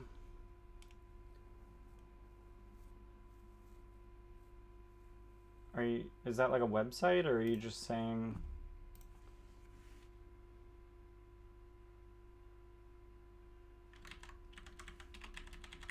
I don't know what you're saying to me. Like, I guess this works, but it's kind of lame looking. That's not big enough. That's not top down. It's not big enough. Oh, it's 2-minute tabletop. I think most of their stuff is paid, though. Like, I'm hoping to... Oh, do they vote for free? Okay. 2-minute tabletop treasure pile token. Treasure assets. Let's see. Pay what you want. Oh, those are not great looking. Oof. 104 assets. Okay. Well, I'm going to pay what I want, which is 0. It's fine. It's been added to my cart. Cool. I did see another thing that was on the Googlies. I'm going to... treasure... What the fuck, Google? Treasure hoard. Oh, this is map. Oh, is this? Oh, this is the same fucking thing. Okay. Let's check out. Let's see. Oh my god, seriously? Billing info? Like, 0. Like, just order. Why is it? God damn it. Like, why are you demanding billing info when I'm not actually buying shit? Oh, your download links will be sent here. Perfect. I definitely didn't just want to... Yikes. Why'd they have to make this so hard? Download a zip. Odyssey, treasure assets. Okay. Odyssey. Not a for now thing, I'm assuming. No, I got it. It's fine. It's fine. So assets. 300 DPI, probably not. Let's do, I mean, Roll20 is not 72, you're dumb. But let's see. Gold pile, 6x5. Let's check it out. Oh my lord, they're kind of lame. Woof. Gold pile, no lines. But I actually wanted more lines. Money pile. This is probably like dollars. Yeah. Okay. Not a fan of these. Not a huge fan of those. I actually kind of like the stuff. Whoop. Treasure pile token. I kind of like the stuff that I was seeing on Google Images. And these are very cool. Ooh. I didn't see that. Let's see. Ooh, these are nice. I enjoy these. Yeah, I like these a lot. Let's grab this guy. Open image in new tab. Yeah, I like that a lot. Kind of want one with a dagger in it, because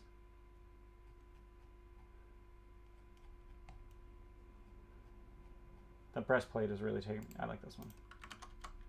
I like that one. I'll get this one too. Let's do both. They spelled horde wrong, and that bothers me. It's okay. So now that I have that, I'm just gonna drop a fucking tile in here. Bum, bum, ba-da-dum. Tiles. Upload. Odyssey. Treasure hoard. Uploaded. Select update tile. Let's just stretch it a little so that it's the right size. How do I... Oh. Yeah. So I have this module installed where it changes the way zooming works, but because it changed the way zooming works, I can't rotate things very well. So let's just jam this. Oh my god, that's practically perfect. Damn!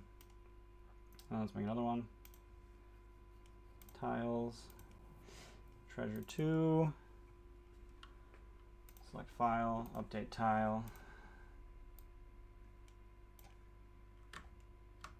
Whoop. Not what I wanted. Oh my god. That's really big still.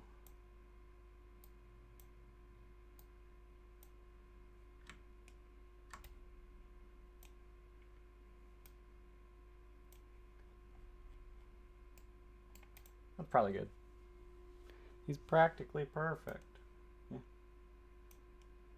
So the one thing that's gonna suck is that once I swap this map out, like let's just swap it for the very flooded version. It's not gonna be. They're not gonna be underwater.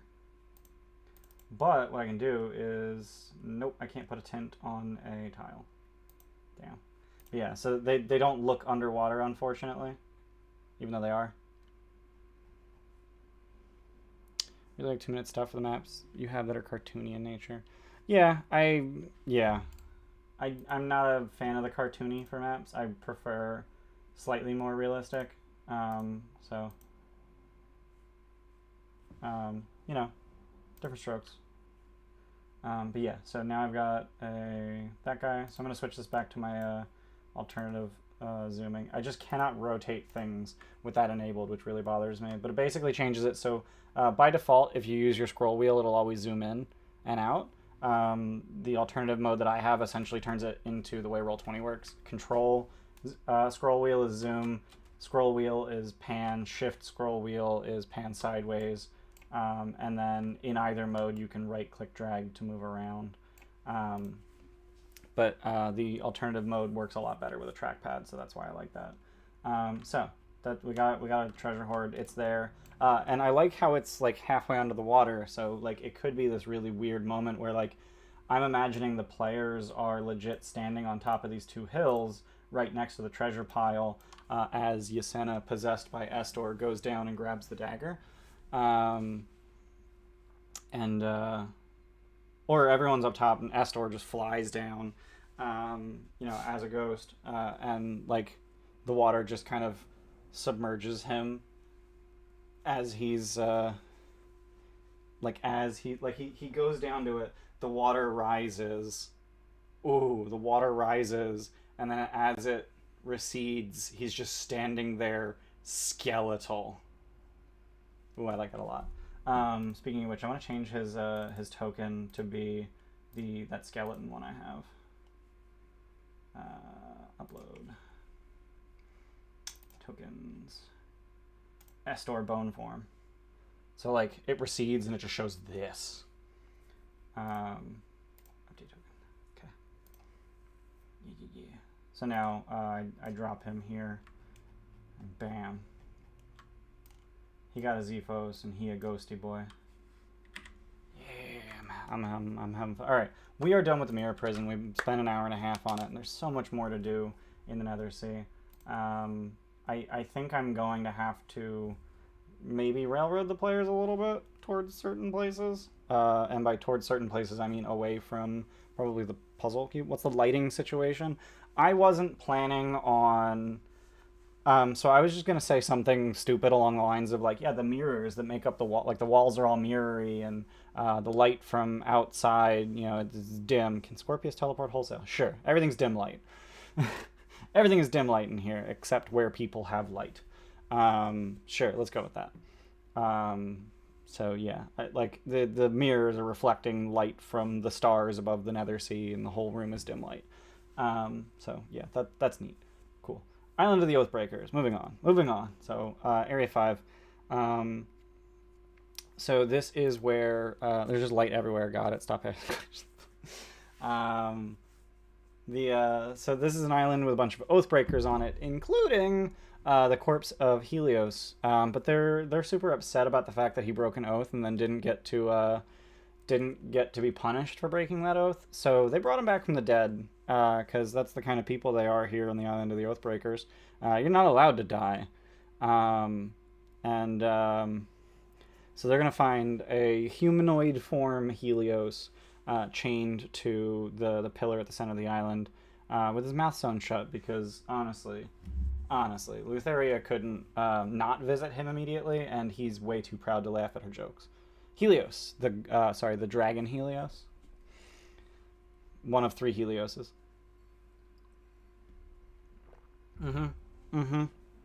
We have many Helioses in this campaign, I should have specified.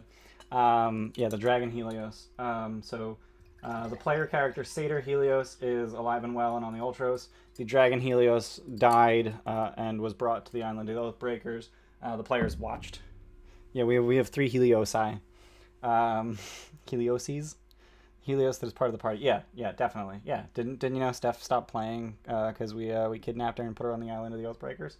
So he's gonna be here. He's got his mouth sewn shut, and the only way to unsew shut the mouth of someone whose mouth was sewn shut by Lutheria is with a star metal weapon. But they don't know that. But we've got the wisest prisoner, and she Orestea, is one of very few prisoners who can speak, because she's wise enough to flatter Lady of Dreams during her visits. Heliosod.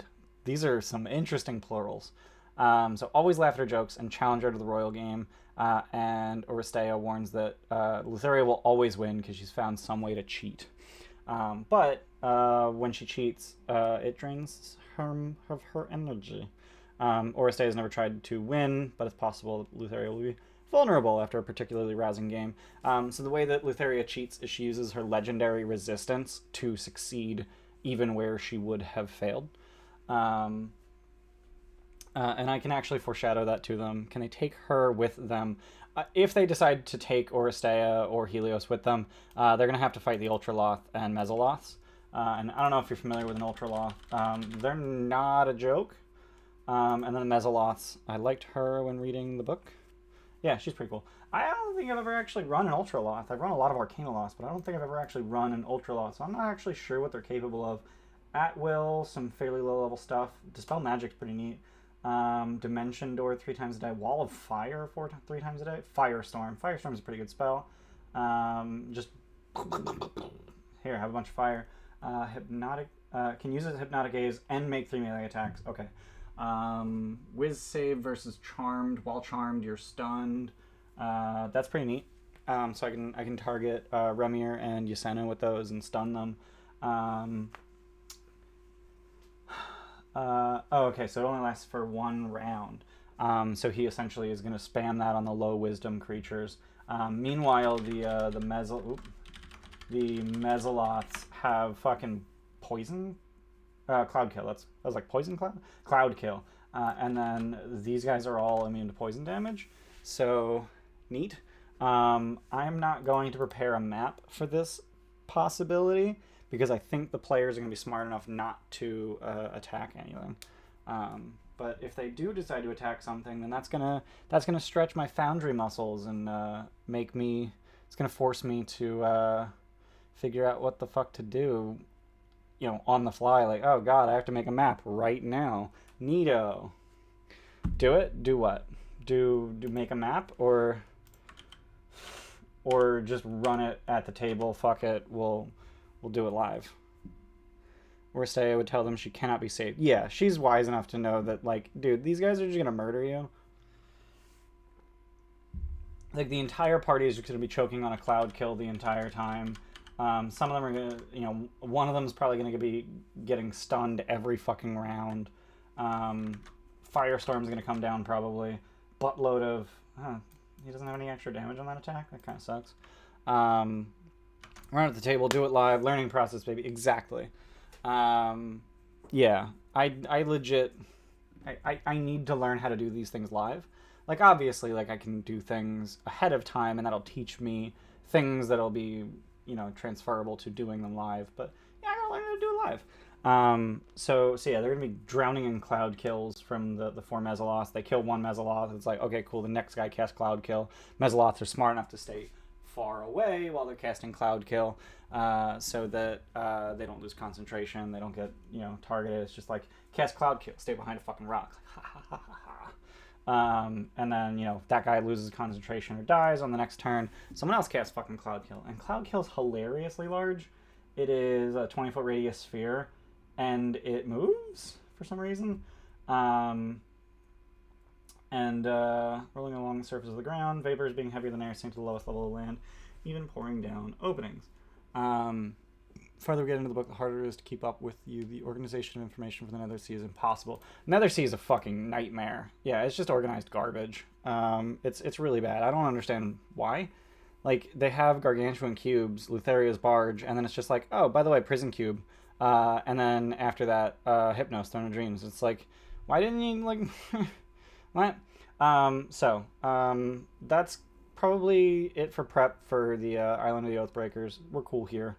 Like, Island of the Oathbreakers has a chained up, vaguely oiled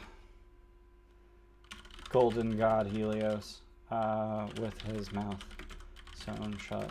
Only a star metal weapon can cut the thread. Yeah, that's a thing. Okay. So let's talk about Gargantuan Cubes. There's cubes. So there's hangs from 5 massive chains. 4 chains attached to the top corners. Last touches the center of the cube's top face. Bottom of the cube just touches the water. The island of secret info. Get an advantage on the Titans. Lord Drop Island. You are not wrong. You are not in any way wrong about that at all. That is most certainly what it is for.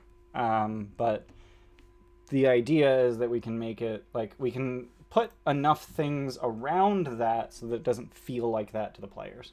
Hopefully, maybe. Who knows? Hanging prison cubes. So the one thing that I immediately wanted to do was literally quadruple the size of these huge iron cubes, because my Tarrasque is hilariously fuck large. He's 300 feet long. You're not going to be able to fit him in a cube that's only 100 feet on an edge. So actually, probably 200 feet on an edge, and then he's just like awkwardly cramped in there. Like he's, yeah, obviously the Tarrasque isn't in there. It's something different. Probably, I need to decide that. Who is in the cube that they can go to? Do all the cubes have the shrink magic? No. It's only the one that has the shrink magic. I like this one being just like sleepy magic. Like this is just, you're sleeping. Nether Dragon? Yeah, okay, let's do the Nether Dragon. Fuck it. I've already foreshadowed the Nether Dragon Doctor Who crossover episode. I mean, so Moses, you haven't been watching too much Odyssey, I'm imagining. I actually already had a gargantuan, or a cube that was bigger on the inside. It actually wasn't bigger on the inside, it just shrunk everything that went into it. So it was effectively bigger on the inside, but it didn't work on constructs. So the 9-inch tall Mr. Nibbles Iron Man squirrel went in and was suddenly 9 feet. No, he was 45 feet tall. Yeah, too big relative to everything else. So anyway, so Ultraloth, these guys don't have a whole lot of health, so it's not going to be a very long fight. But in that time, it's going to be... You know, the dragon is going to be from that Kickstarter, if I remember what you were talking about. Odyssey spoilers a really long time ago. Yes! Yeah, so I kickstarted Tome of Titans Kickstarter. Epic Legacy, Tome of Titans. So Epic Legacy. Hey, I'm not saying, like, don't apologize. I'm just saying, like, hey, this is a thing. So the Epic Legacy Tome of Titans is making mythic monsters. So not only do they have... here, let's look at the table of contents. So I think that they had... yeah, the Primeval Tarrasque, which is Mythic 10, which is the biggest mythic. They probably have a Kraken somewhere in here, probably. But they essentially have squeak, squeak, squeaky, squeaker, squeakums. Yeah, yeah, that quote's amazing. I wonder if that actually got quoted. But yeah, they have mythic encounters for like beyond level 20 content. And then they actually have rule books for going past level 20, and I actually kind of plan on using those. Oh my god, that quote is old.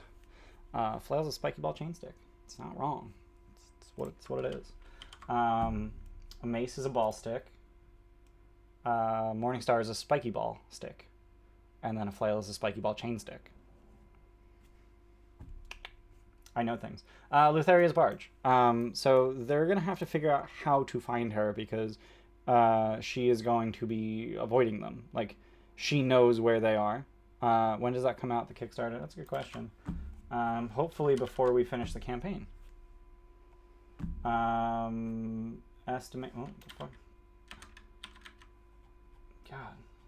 Estimated October of this year. So we've got... It's March. October is 10, so 7 months. I don't know if it's going to be here before we finish the campaign. Yikes. Shit, I need that before Apocalypsis, and I don't think that's happening. Woof. Oh, you know what? I think it actually comes out sooner than that, because that's the print version. Here's the, yeah, the PDF version coming out in June, and I'll have that in June. So that's only 3 months from now. Yeah, okay. It's only 3 months, not 7. These monsters are so cool, and I fucking hate them. I think that was the Sorrowsborn. Anyway, Lutheria's barge. She's avoiding them, so I'm not going to prep Lutheria's barge today, because I am planning for them to not get to her immediately. So let's go to scenes. I do have a prison cube scene, so let's hit view scene. And then I'm going to do grid size. Instead of 122, we're going to do 70, 60, 61. Jesus. Can I see her far off in the distance from time to time, though, through the mist and such? Yeah, sure. And then they like sail right at her, and then oh fuck, where'd she go? Yeah, that'd be cool. Moving on the horizon breaks the gloomy monotony of the Nether Sea. A pair of immense shapes come into view. The first, the upper body of a colossal male humanoid wading through the waves. Rags obscure much of the face, but it's clear that his lips have been sealed shut. Will divination magic help them pinpoint her location? No, the whole thing's non-detection. They just need to know the secret of how to find her, which is literally she occasionally waters her ship with the River Lethe. That's just a thing. So let's do grid size 61. Because I want to double the grid size of this map. So yeah, grid size has been doubled. And then I just need to update all of the fucking tokens. Hey, we got a raid from the Catnip Ninja. Thanks for the raid, Catnip Ninja, and welcome, raiders. We're doing some DM prep. How'd your stream go? Let's get a shout out for Catnip Ninja. Oh, you're playing some Hades. Hell yeah. Fucking love Hades. Yeah. How far are you in Hades? I don't want to spoil anything, so I'm just kind of trying to figure out. But yeah, so we gotta fix these actors. So these are Primordial Golems. Primordial. Stream well, made it further than ever in Hades. Sick. Always fun to make progress. So we got Primordial Golem. So it should be in images, NPCs, Primordial. Yeah, there we go. Select file. All right. Whoa, that's a Jesus. That's a token. All right. Prototype token. Got to do the same thing. Images, NPCs, Primordial. Select file. Update token. All right. And now I just need to essentially delete all of these and replace them with the new one because I updated the prototype, but that's not going to fix the defaults. This is not. Oh, these are Primordial Golems. Yeah. Okay. Because there are things other than Primordial Golems somewhere in here. Oops.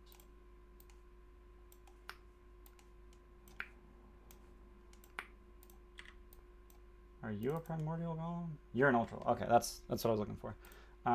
Do I have Ultra Loth? Yeah. So I'm going to update him. I got to fix his art. So the reason that all of these arts are broken is because I rearranged all the files, and Foundry doesn't like when you rearrange your shit, but I could not deal with things not being rearranged or arranged. So I broke everything so that I could have things organized. Because that's the kind of people I am.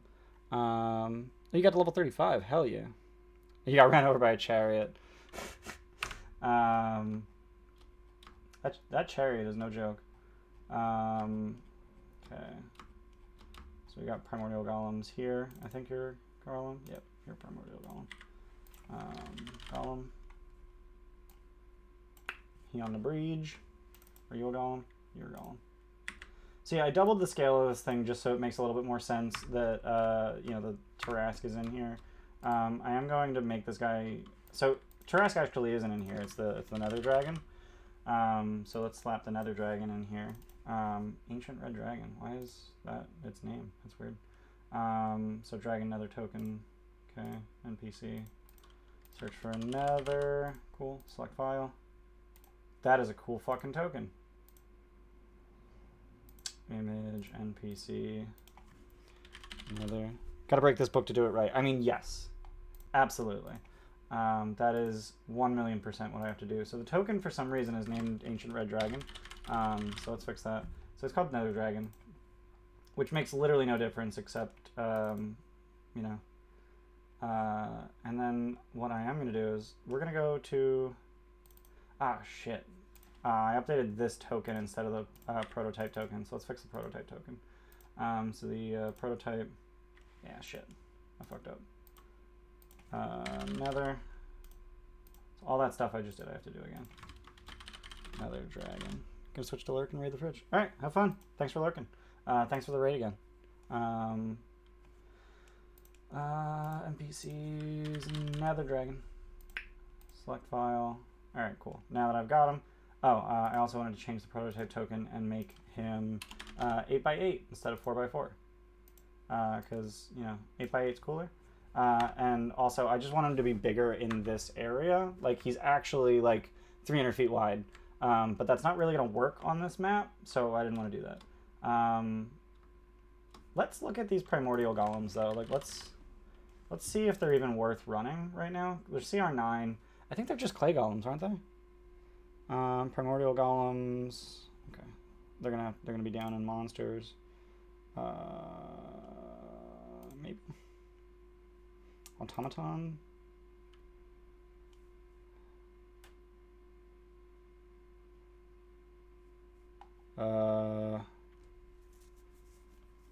Huh? What are Primordial Golems? Are they just clay golems? Like, where's the stats for a Primordial Golem? I'm not seeing it anywhere. In the gray box. Oh, Jesus. Clay golems, except they're medium instead of large. Okay. They attack the same target until it's dead. Okay. Yeah, they're clay golems with, Okay. Okay.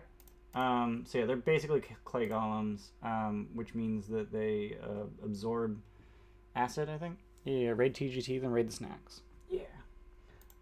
So their slam attack, I think, reduces max HP? Con save versus max HP. Okay. Do they have clay golem? Do they not have multi-attack at CR9? Seems crazy to me. Oh, okay, it doesn't multi-attack. So 2 slam attacks. The haste is completely fucking worthless. I'm going to say haste is a bonus action, because why?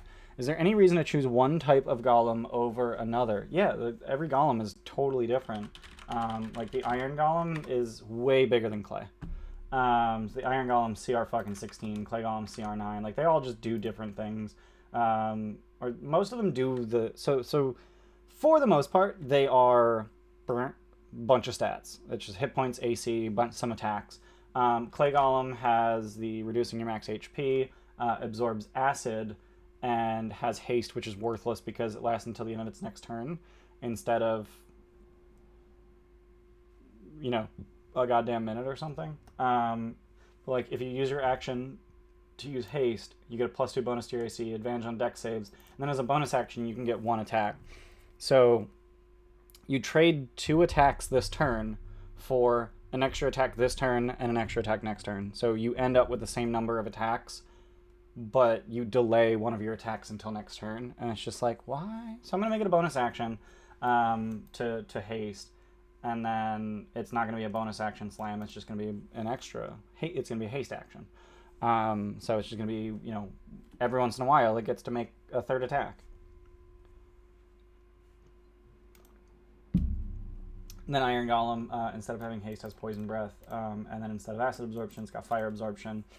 Flesh Golem has lightning absorption. And what the fuck's the last golem?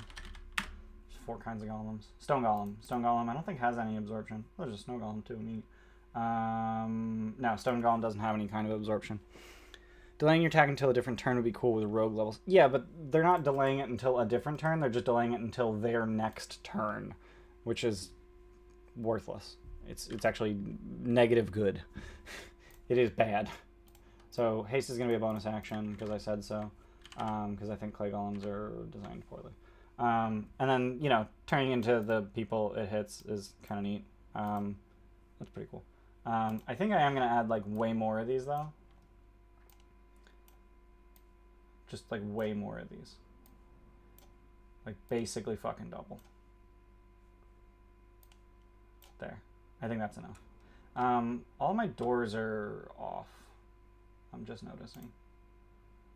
Okay. Yeah, I resized the grid, and all of the walls are now in the wrong place. Not to worry, though.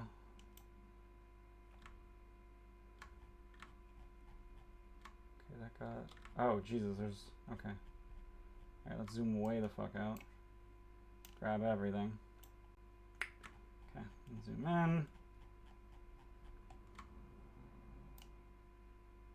Whoop. Fuck. God damn it. So yeah, one of the really cool things about Foundry is that it has doors. So there are actual doors that players can just click on to open.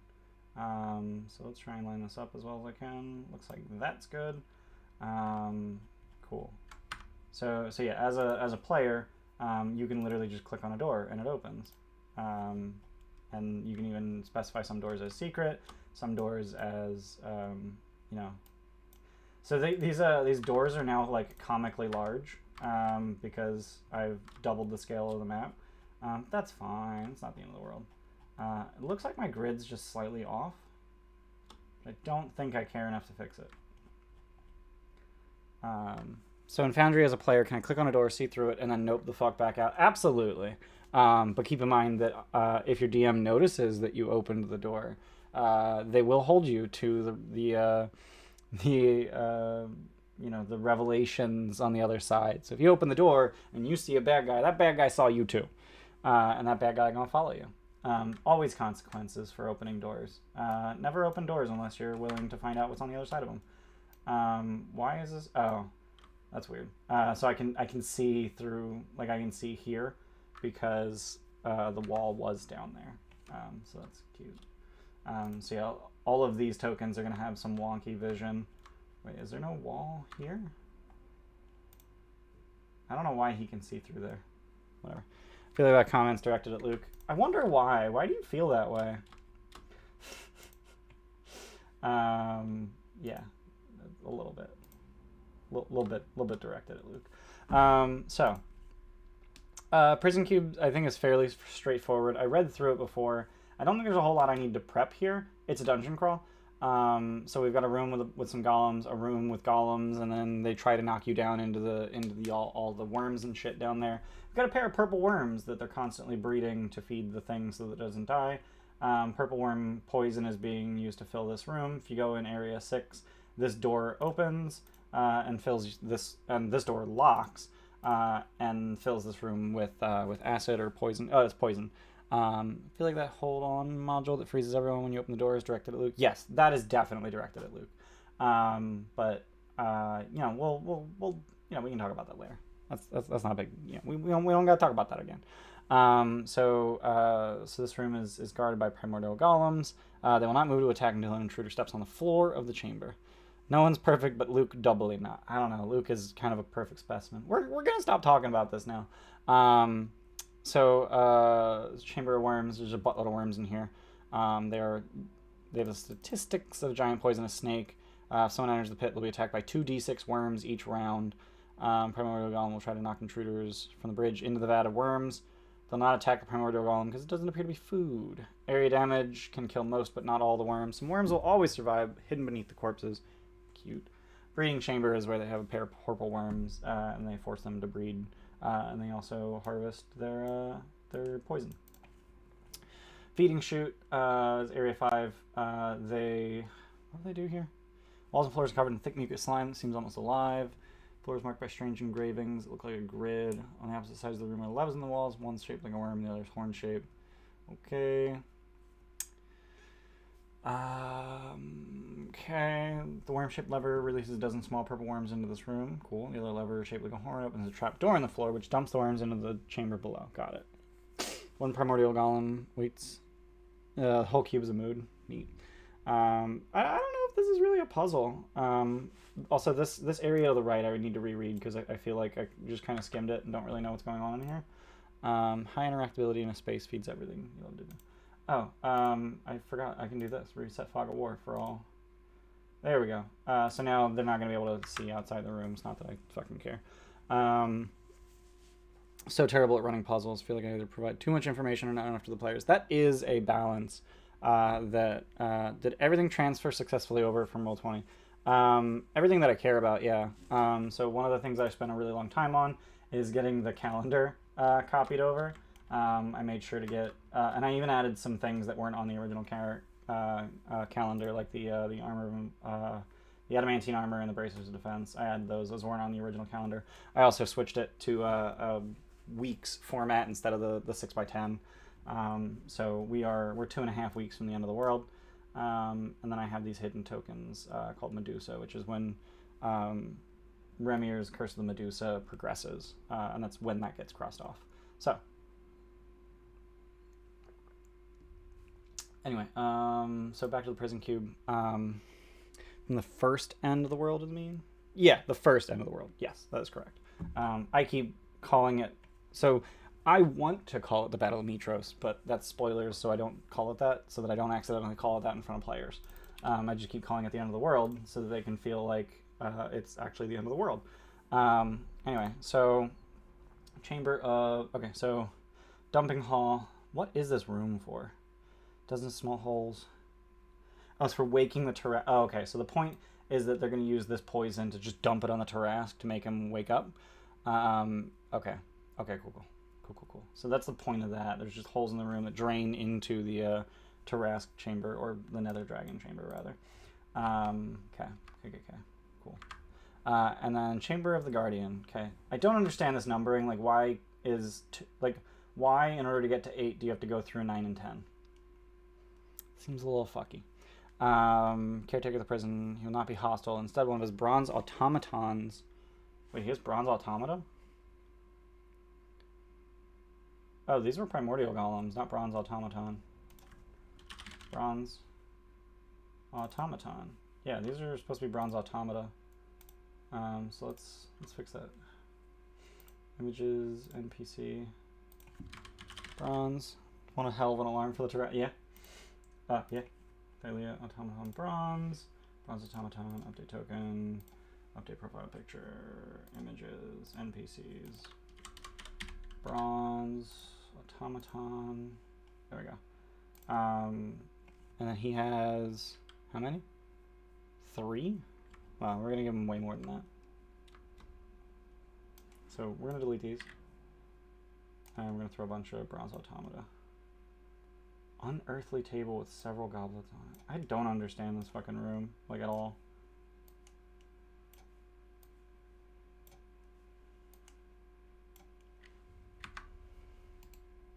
Okay. Say bronze automatons 3 times fast. Bronze automaton, bronze automaton, bronze automaton, bronze automaton, bronze automaton, bronze automaton. There's kind of a lilting, sort of a melody to the phrase. He's just like, yo, what the fuck are you guys doing in here? Willing to tell them how to awaken the Tarrasque, but in return they must swear an oath to kill Lutheria and bring a crystal scythe back to him. It'll be enforced by the Erinyes by the island of the Oathbreakers. Yeah. If the heroes are unwilling to swear the oath, and the Ultraloth expresses his profound disappointment in them, he attacks with the help of his 3 bronze automaton. Whatever, it's 5. Strange goblets are filled with purple worm poison. He's acquired a taste for the substance, and he's resistant to its effects. It won't stop anyone from trying to drink from themselves because he would find it amusing to watch. Bronze automatons are Sidon's gifts to him. Titan wished to curry favor with the Ultraloth in case he ever needed to use one of the weapons of the gods. Neat. He wears a talisman of the sphere around his neck. He uses to control the sphere of annihilation in the Chamber of Execution, which is in Area 11. Okay. Golem storage. There's just a bunch of broken fucking golems here. None of them are operational, but the heroes don't need to be told that they're broken. Locking chamber. Older than the rest of the complex. 4 huge floating spheres marked by ancient runes. Tarrasque can only be released from this room. Each of them has an ancient legend about the Tarrasque inscribed on it in the primordial tongue. Not the Tarrasque, it's another dragon. All stories are terrifying to anyone who can read them. They're in Primordial. I don't know if anyone knows Primordial, but I'm sure comprehend languages exist. Open the cube. Someone wearing the Ultraloth talisman of the sphere must control the sphere of annihilation in that room, so that it sits at the very center of the room. The wearer must then read aloud the text from each sphere, causes them to spin. Once they're all spinning, the bottom of the cube will open hundreds of feet below. Tarrasque will be dumped into the Nether Sea, and the ancient beast will then find its way to the surface of Thalia and begin to wreak untold damage. Nether Dragon being brought back via poison sounds dope, right? Right? How fucking cool is that? Chamber of Execution. Sphere at the center of the room is Sphere of Annihilation. Sphere is part of the ritual required to open the locking chamber. Sphere also allows the Ultraloth to kill the Tarrasque if needed. The Ultraloth must move the sphere to the top of the sleeping Tarrasque's head and then send it through the creature's brain. Yeah, that's woof. What are the goals to teach the party from the Prison Cube? That this is a power equal to but separated from Sidon and Lutheria, and they're minding their own business in Thalia? I think that's basically the sum of it, yeah. There's also the fact that one of the methods that they can learn to find Lutheria is on the Island of Titans. The Titan Versi will tell you that if you wake the creature, not release it, just wake it up. If you wake the creature, it will thrash and make crazy noises, and it'll attract her. Gargantuan Cubes. If you can awaken one of the imprisoned weapons, the noise would echo across the entire Nether Sea and summon Lutheria to them. So if they want to find Lutheria, they can go to the puzzle cube and wake the thing to bring her to them. So that's one of the reasons that they could want to go to the puzzle cube. That's a thing. I'm trying to... So I want them to have multiple different ways to get to her. Enslaved Titan has been blind, his mouth's been sewn shut. The only clean parts of his face where the tears have trickled down from his ruined eye sockets. Trudges on without rest or thanks. Yep. Hanging garden features, blah, blah. So one of the things that I was reading about is to replace or supplement. So if you look up Lutheria's forces on here, they are kind of hilariously weak. Jackalware is CR half, Lamia is CR 4. Lamia is pretty okay, like that's decent. Jackalwares are just like, why the fuck? Like, it's DC 10 fucking whiz save on their sleeve gaze. Like, what the hell? These guys are level 10, 11, 12-ish at this point. So like, this is just way too weak.